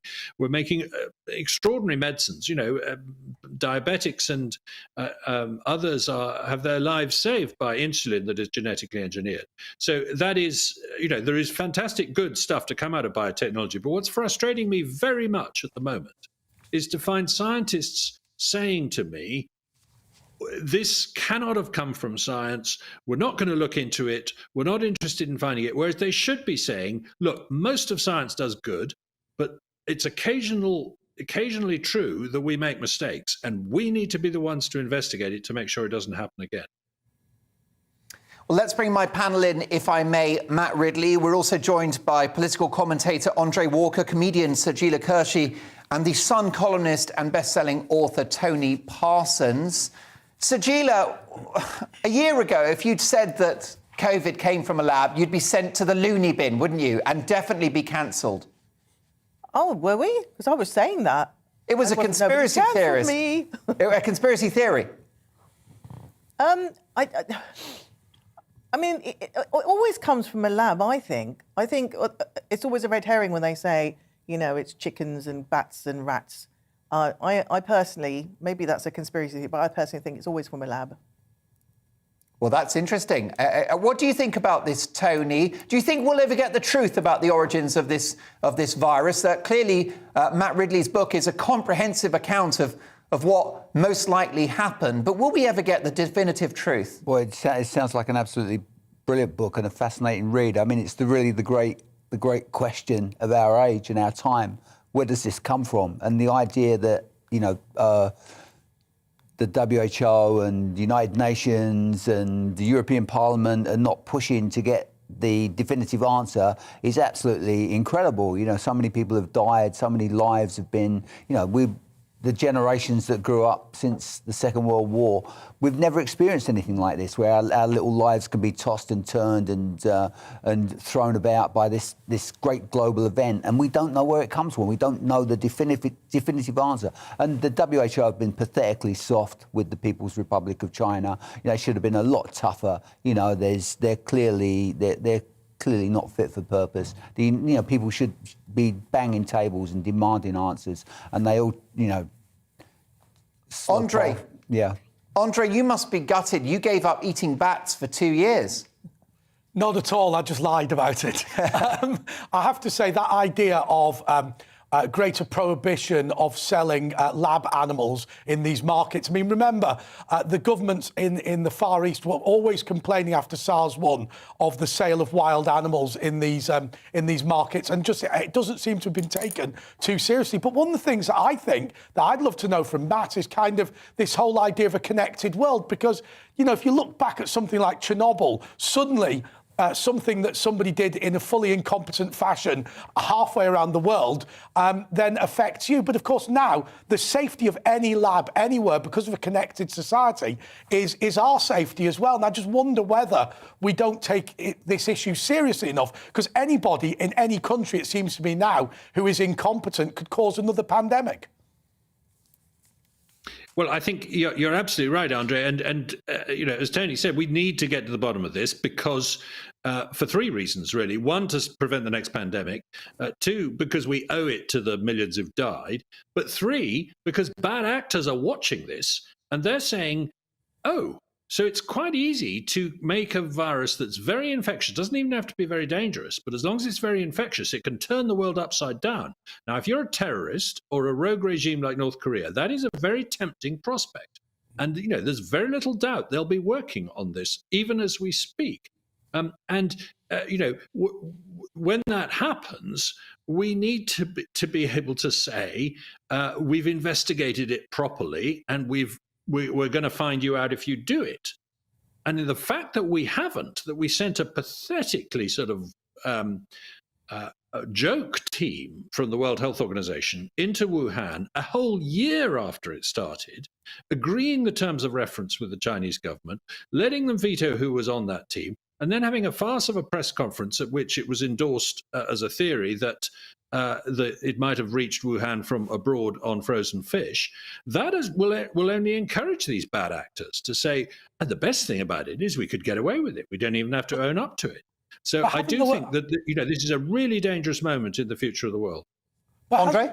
Yeah, the World Health Organization, this is the thing that always worries me, whether it be the UN, whether it be the European Union, whether it be the World Health Organization. We see time and time again these international bodies, and their principal argument in favour of themselves is, yes, we're corrupt, yes, we're not very good at what we do, but it would be worse not to have us at all. And I just wonder, in the case of the World Health Organization, whether their denials of what was going on in China actually demonstrates that perhaps they were worse than having nothing at all, because rather than actually helping, they were actively undermining the attempts to do something.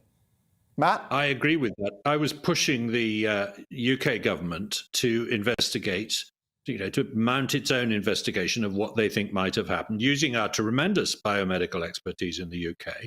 And the answer I always got for months and months and months was, we're leaving this to the World Health Organization. Now, that suggests to me, and as a result, you know, America did the same, etc. The only country that called for an independent investigation was Australia, and that had trade sanctions slapped on it by China as punishment. Yeah. So the effect, whether it was intended or not, the effect of leaving it to the World Health Organization was that we didn't get a proper investigation, and we're now 2 years out. The trail is going cold.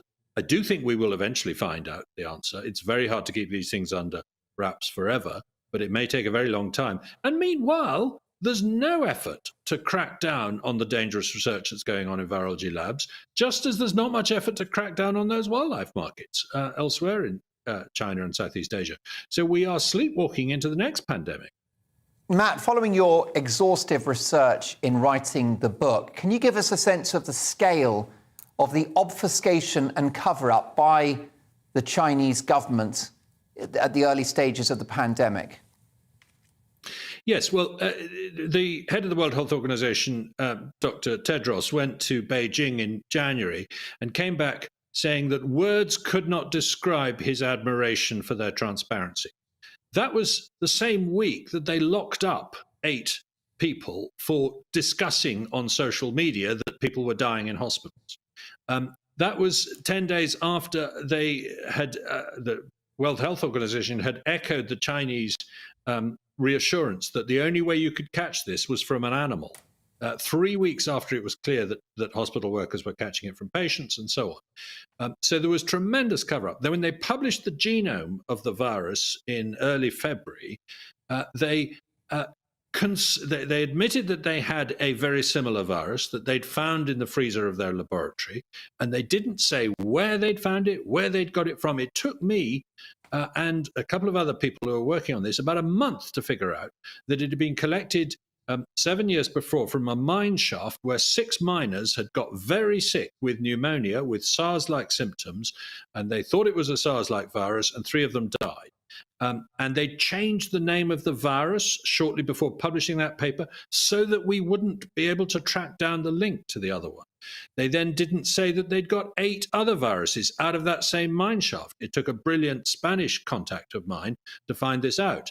We published that in June of 2020. It wasn't until December of 2020 that they said, oh, yes, by the way, we have got another 8 viruses.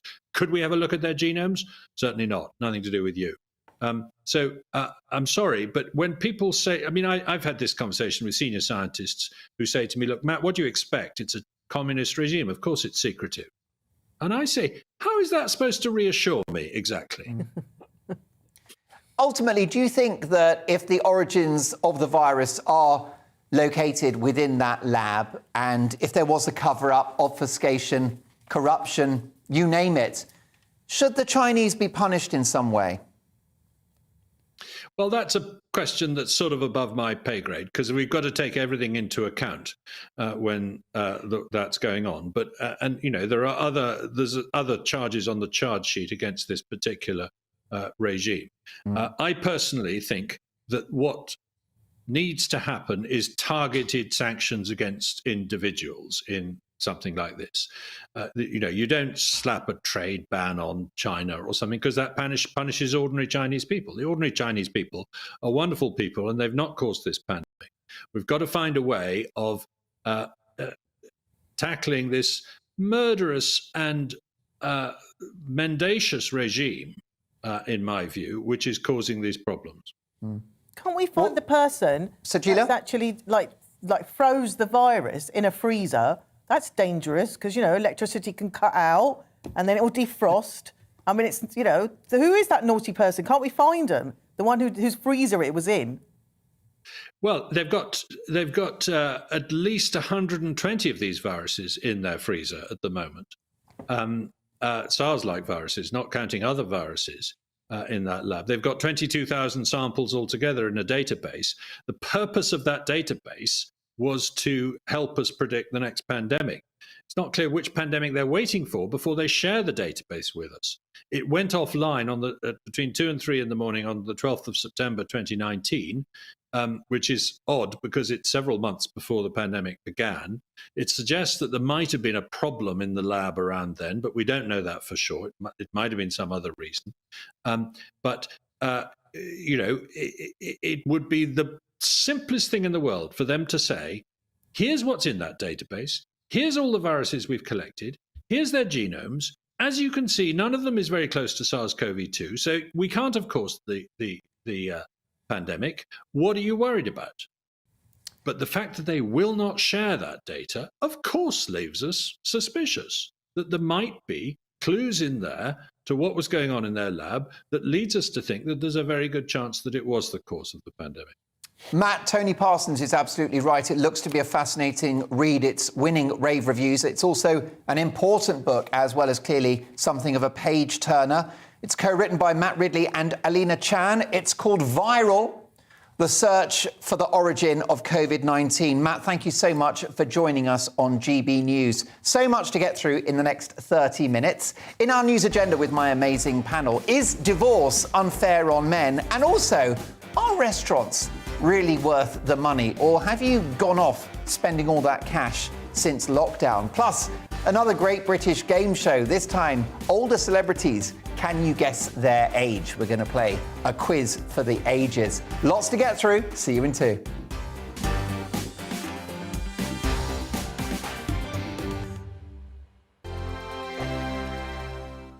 GB News is the UK's home of discussion and debate from all perspectives. To stay up to date on the latest stories, make sure that you subscribe to the GB News channel right here on YouTube. You can watch us live 24/7 across the whole world. You can also check out exclusive content and catch up on previous episodes of your favourite shows. Every day, we ask the questions that you'd ask, so why not add your voice to the conversation in the comments section? Don't forget to subscribe. We are GB News, Britain's news channel. Every night at 11 on GB News, we bring you the next day's stories the day before. It's basically like time travel. If it's a big story, we'll cover it, guaranteed. But we'll also have some fun along the way. Big opinions, big laughs. Sometimes big hair. This is Headliners, the paper review show that won't send you to sleep like the others will. 11 p.m, 7 nights a week. Join us.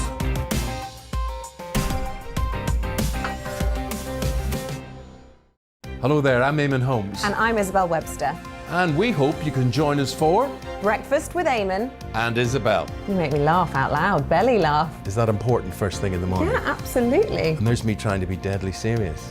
News is a serious business. Yeah, I have to rein you in sometimes. Well, it doesn't stop us laughing at it. It doesn't stop us having an opinion on what's going on. Yeah. And it certainly will not stop us reflecting what you think. Weekdays from 6 to 9:30 on GB News.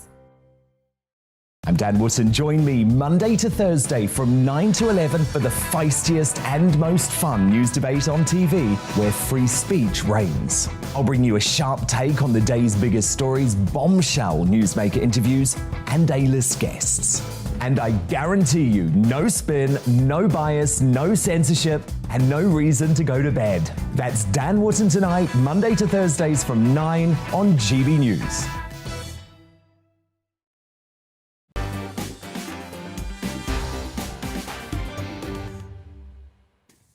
We've got some very juicy news agenda stories coming up, including, is divorce unfair on men? And also, have you gone off going to restaurants and paying all that money after 2 years of lockdown? But let me bring you up to date on what's happening at the Palace. The Queen has tested positive for COVID-19. Buckingham Palace said in a statement, Her Majesty is experiencing mild cold-like symptoms, but expects to carry out light duties this week. The head of state, who is a rather majestic 95 years old, doesn't she look fantastic? She's being cared for and monitored by royal physicians. The Queen, who has been fully vaccinated, tested positive after coming into direct contact with her eldest son, Prince Charles, who had the virus 10 days ago.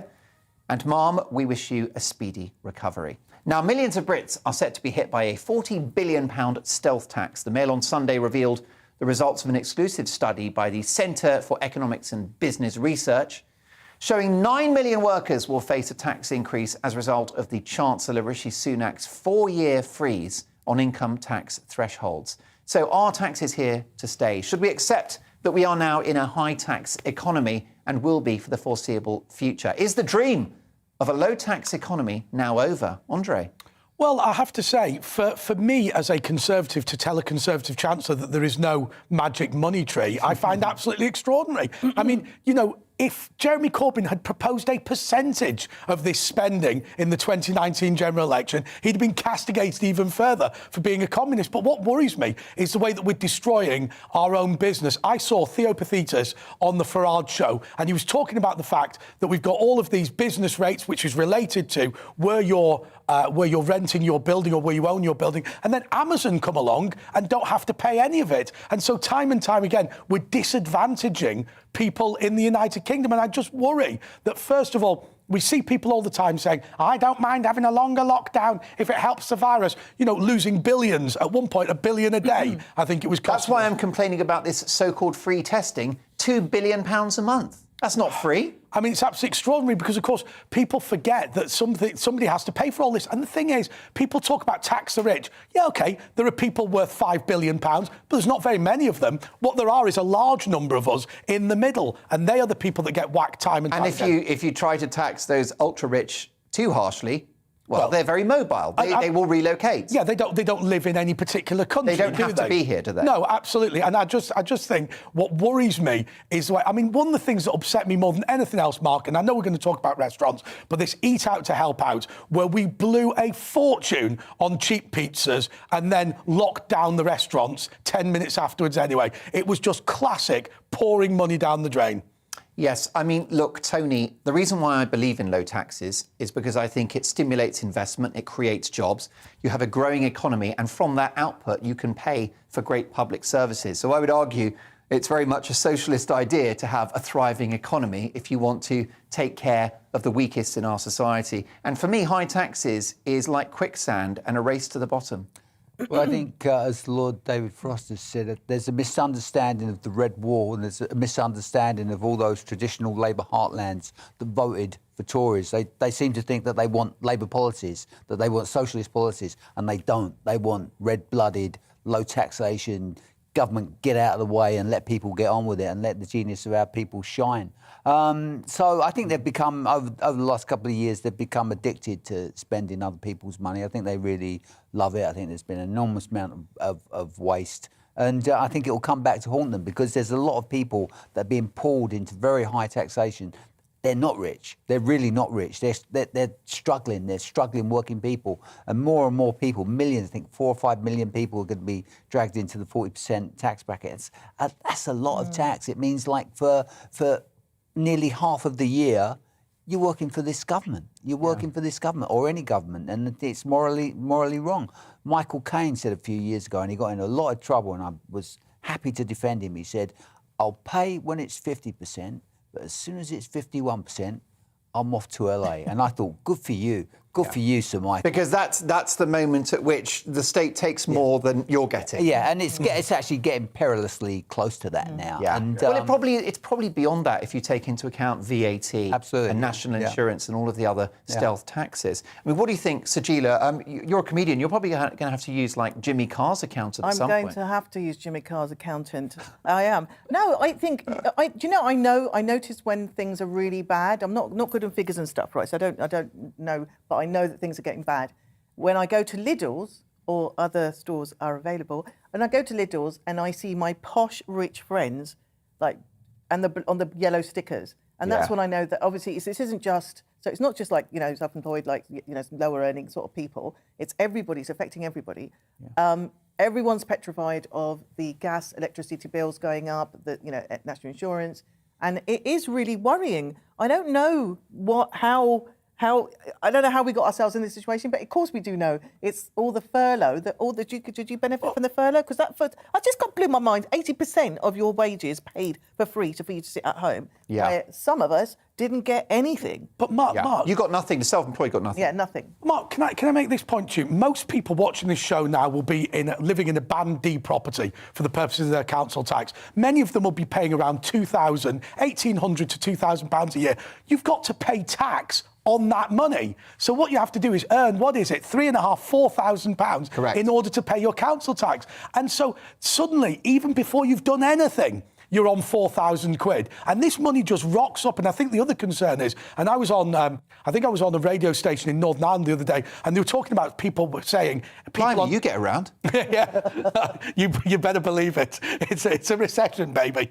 But of course, with these guys, they were talking about the fact that the Conservatives said some people on £80,000 are poor. Well, of course, if you live in the town that I live in, where a family home is £700,000, and that's not that unusual in the southeast of England, then even a seemingly enormous sum like £80,000 a year will make you poor. Of course, there are other parts of the country where it will make you quite rich, but I think it's important to bear in mind that there are some people here really struggling on good wages. Well, I'll tell you what's as expensive as tax, and that's getting divorced. But who is left worse off when a couple do divorce? According to a Mail Online report, 2/3 of women believe that men are left in a more unfortunate position in most divorce cases. And nearly 90% of divorced men surveyed by law firm Vardags were in agreement. So is divorce unfair on men?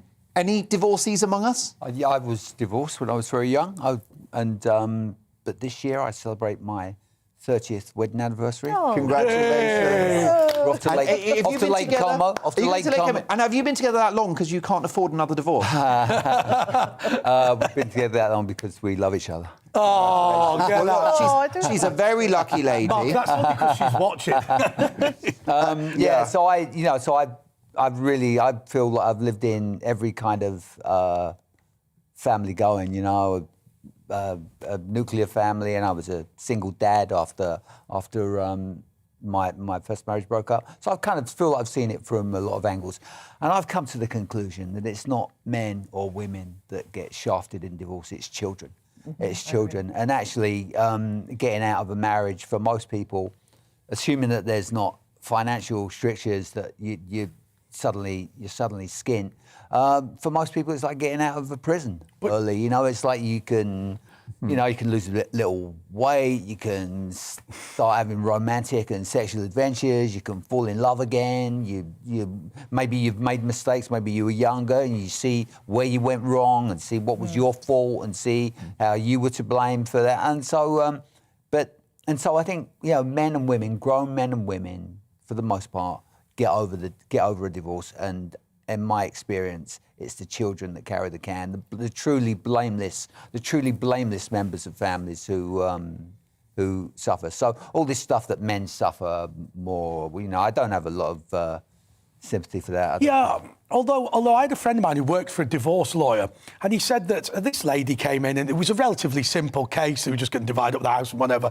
And the guy then said to her, just as she was about to leave, and bear in mind he's getting £150 an hour for this, he then said to her, let me just say before you go, I can't understand how any man would lose a woman as wonderful as you. And of course, the tears started. He opened the drawer, Kleenex on. 5 hours later, she wants to rip the bloke to pieces. And when she left, the guy said to my mate, that's how you generate fees in this business. And so I think actually there is a parasitic element to this. But by the way, on the issue of children, I think it's soul destroying the way that courts continually, or seemingly continually, will not rule in favour of fathers and give them an equitable solution. Yeah, I mean, there are more single dads around these days, and but it's completely true that it's mostly women that look after children. I mean, when I was a single dad, I only knew one other single dad who I could talk to about what. Can I just ask, when you say single dad, do you mean that you had custody of the children? Yes.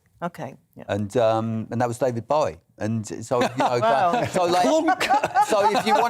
you wanted to talk to like a single dad, well, what do we tell our kids about drugs? You'd have to go and find David Bowie. That's a great mate to have as a single dad buddy. Yeah. He was great. Well, of course, it inspired your best-selling book, Man and Boy. It absolutely did. Yeah, that's why a lot of people actually know a little bit about my history, because they that book sold in such huge numbers, and It's an amazing book, and it hit the small screen after that, again to acclaim. But we've like starring Johan Griffith, who's going through his own. Who's going through his own divorce. Art reflects life, doesn't it? We've actually, my team of Mescana, Fraser, and also Matthew have been looking at some high-profile divorces in the past, from which, in certain cases, women have done very well. So Bill Gates parted with $80 billion. Whoa. Jeff Bezos parted with $38 billion. Rupert Murdoch, who we were talking about during the break, of course, Tony's boss, he parted with $1.7 billion. So all of these women have become billionaires as a result of their divorces.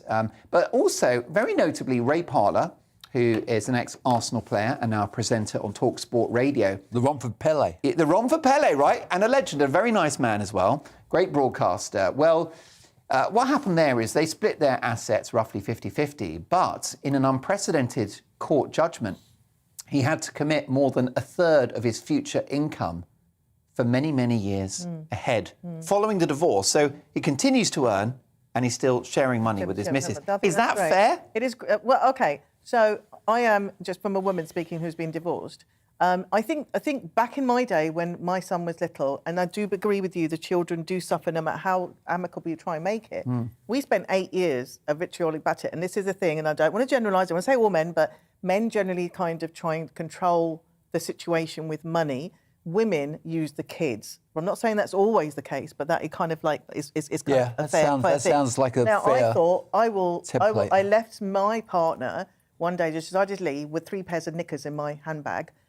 Red, white, and black, if you want to know. I don't By know. the way, can I just say that's how I'll be leaving my marriage. That's how you do it. So it'd be red, white, and blue, Yeah. And I thought that'll take away the financial kind of control. But then, and I left him when I was 3 months pregnant.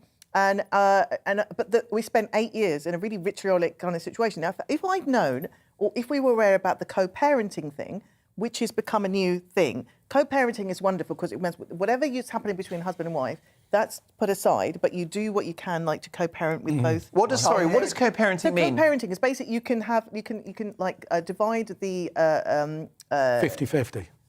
You divide them 50-50 Yeah, the time. So it's not the traditional thing of every other weekend. No. So it's more hands-on. So the fathers are more hands-on. But it's impossible, isn't it, in the real world where kids go to school for 10 or 15 years, it's that 50-50 divide. It's not really. Well, it's not necessarily. I mean, obviously, it's negotiating. You're negotiating with what you have. It wouldn't have been 50-50 with my case because we lived in geographically. That wouldn't have worked. But I'm just saying that would have. But we found a very difficult way to that place where we could co-parent, to where we're going from like 8 years of court, like not talking to each other, really, really angry, to then becoming friends and taking collectively family holidays together. We're part. That's wonderful. Yeah, no, it was really grown up. And it took a long time and a lot of hard work to get to that place. But do men get it worse? I think it depends on the relationship that you have and how you decide to part. Also, I know guys that were the opposite of my situation who the child was with the mother. And I know that, sometimes they wanted to be better parents than they could possibly be. They wanted to see their children more. They wanted to be more involved. And it's and there's bitterness on the other side because the parent who's not there is not there for that daily tear drying, parenting. Tony, isn't the big concern here that a lot of dads will have, and you were lucky not to be in this position, and particularly when you're talking about settlements that go on and on and on, it's not so much the kids, it's Uncle Steve, who effectively what happens is she gets the house, she gets your future earnings, and some bloke moves in and takes charge. She gets Uncle Steve. She gets Uncle Steve. Because I had a relative where his ex-wife was trying to persuade him to accept not being called dad in favour of whoever Uncle John or Uncle Tony is or whatever. And particularly if you're a wealthy person like some footballer, if he's bought a Mercedes off your earnings, that's particularly galling, isn't it? Absolutely, yeah. I've seen friends go through the same thing where, like, the ex-husband, he doesn't mind helping out the wife and obviously because that's his responsibility, but as soon as an uncle comes along or a new partner, and that's when it's like, you're fine separating. It's a bit like Putin, really. Putin was happy to let Ukraine go. And it's just like, but, we parted like quite nicely. But you're seeing Europe behind my back? Right, that's it. I'm going to get the muscle. I think we're going to mark that. That is an expert link. The absolute metaphor of the day. By the way, it cuts both ways because there are some very wealthy women who have parted millions with their husbands, including Britney Spears, who handed over $1 million to Kevin Federline and 20 grand a month for his pleasure. J-Lo gave Chris Judd $6 million, and Madonna had to give Guy Ritchie $95 million. Wow. Who knew? Even Adele is alleged to have shared $100 million of her cash with her ex, Simon Konecki. Nice money if you can get it. Well, there you go. Lots more to come, including next our game show, a Great British Game Show tonight. It's all about celebrity ages. Can you guess the age of our older superstars? Plus, are restaurants really worth the money these days? See you in 2.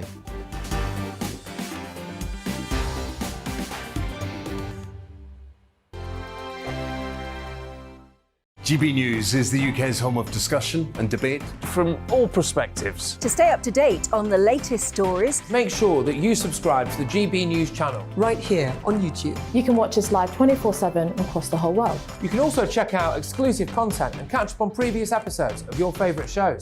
Every day, we ask the questions that you'd ask, so why not add your voice to the conversation in the comments section? Don't forget to subscribe. We are GB News, Britain's news channel. Every night at 11 on GB News, we bring you the next day's stories the day before. It's basically like time travel. If it's a big story, we'll cover it, guaranteed. But we'll also have some fun along the way. Big opinions, big laughs. Sometimes big hair. This is Headliners, the paper review show that won't send you to sleep like the others will. 11 p.m, 7 nights a week. Join us.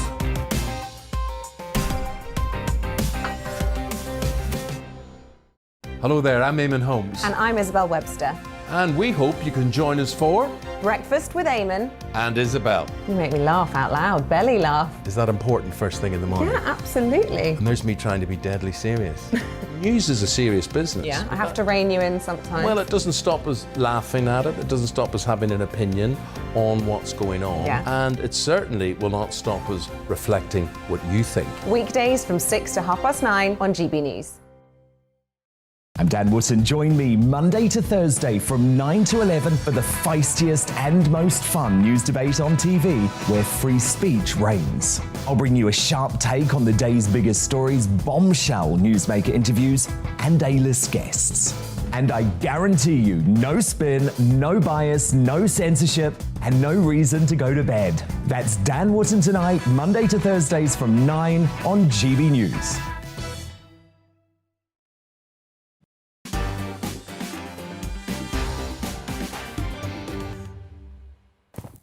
Now, some consternation over at Pizza Express, where they have removed dough sticks that come with its salads in a bid to save money. This in the same week that Pret a Manger have announced that their filter coffees, of which I'm a fan, is going to go from 99p, which I think you'll agree is decent value, to £1.50. That's a significant rise.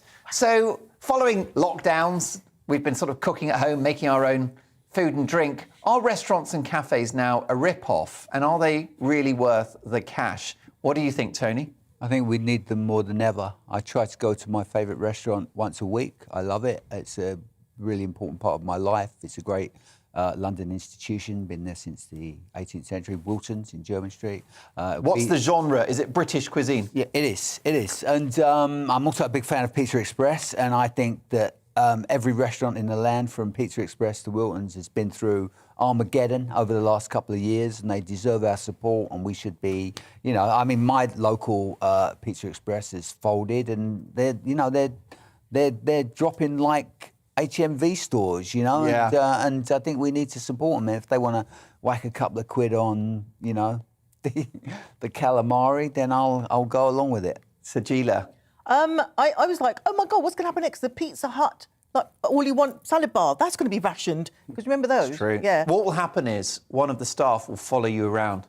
And just have two kick on. Because there's a technique to get as much as they'll get, you hey, cannot hey, eat. go easy on that sweet corn, lady. Yeah. Only 5 grains. Only 5 grains. Be nearly all you can eat. I love Pizza Express. Nearly all you can eat. It's a great one. It really gets like, it's just right, Pizza Express, I think, for dates, for, you know, for what else? Why'd you go there? Great pizza. Great pizza. It's very good if you're royalty as well. No one bothers you. Oh, yeah. That's great air conditioning. You won't sweat in there. Andre, you like a bite to eat out, don't you? I've got your car picking me up from the kebab shop rather than here. Oh, wow. So after this show, in like 5 minutes, I'm going to run off to the kebab shop and they're picking me up at past. Okay. There you go. That's how you get a belly like that, Tony. There you go. Well, look, on that rather gastronomic note, it's time now to play the Great British Game Show.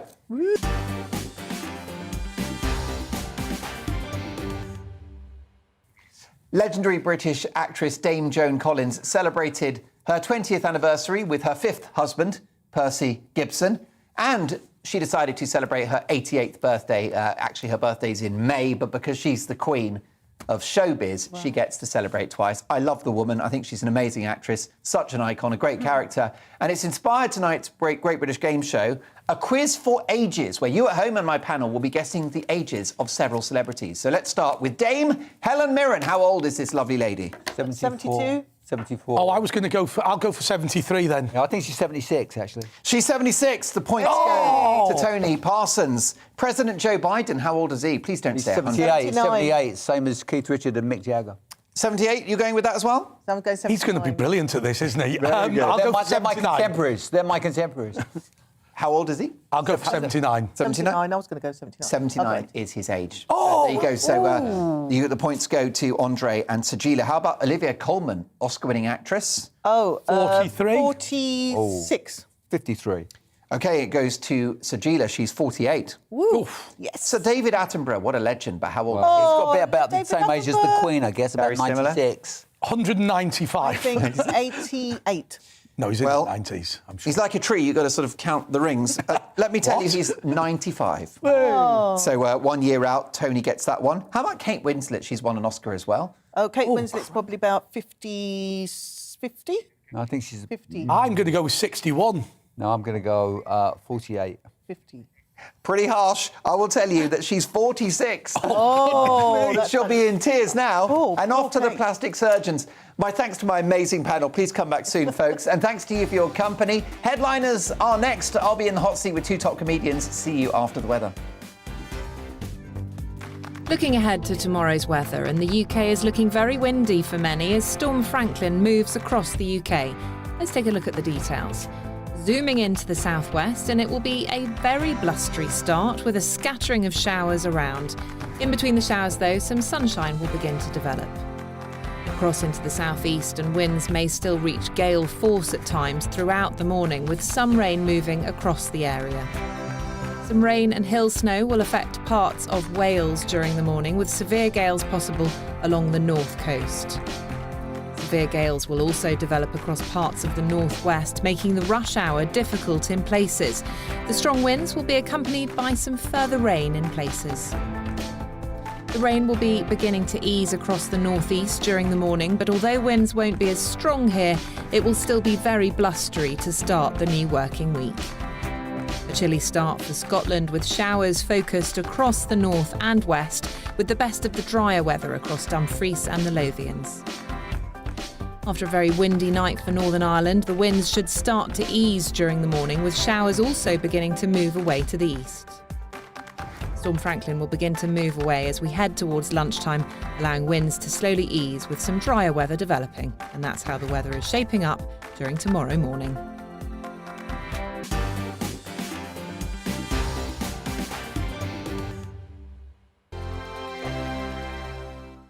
GB News is the UK's home of discussion and debate from all perspectives. To stay up to date on the latest stories, make sure that you subscribe to the GB News channel right here on YouTube. You can watch us live 24/7 across the whole world. You can also check out exclusive content and catch up on previous episodes of your favourite shows.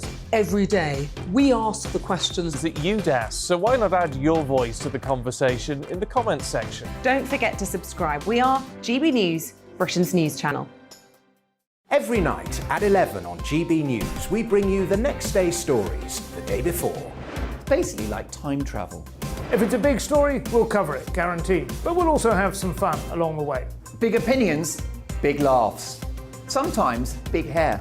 This is Headliners, the paper review show that won't send you to sleep like the others will. 11 p.m, 7 nights a week. Join us.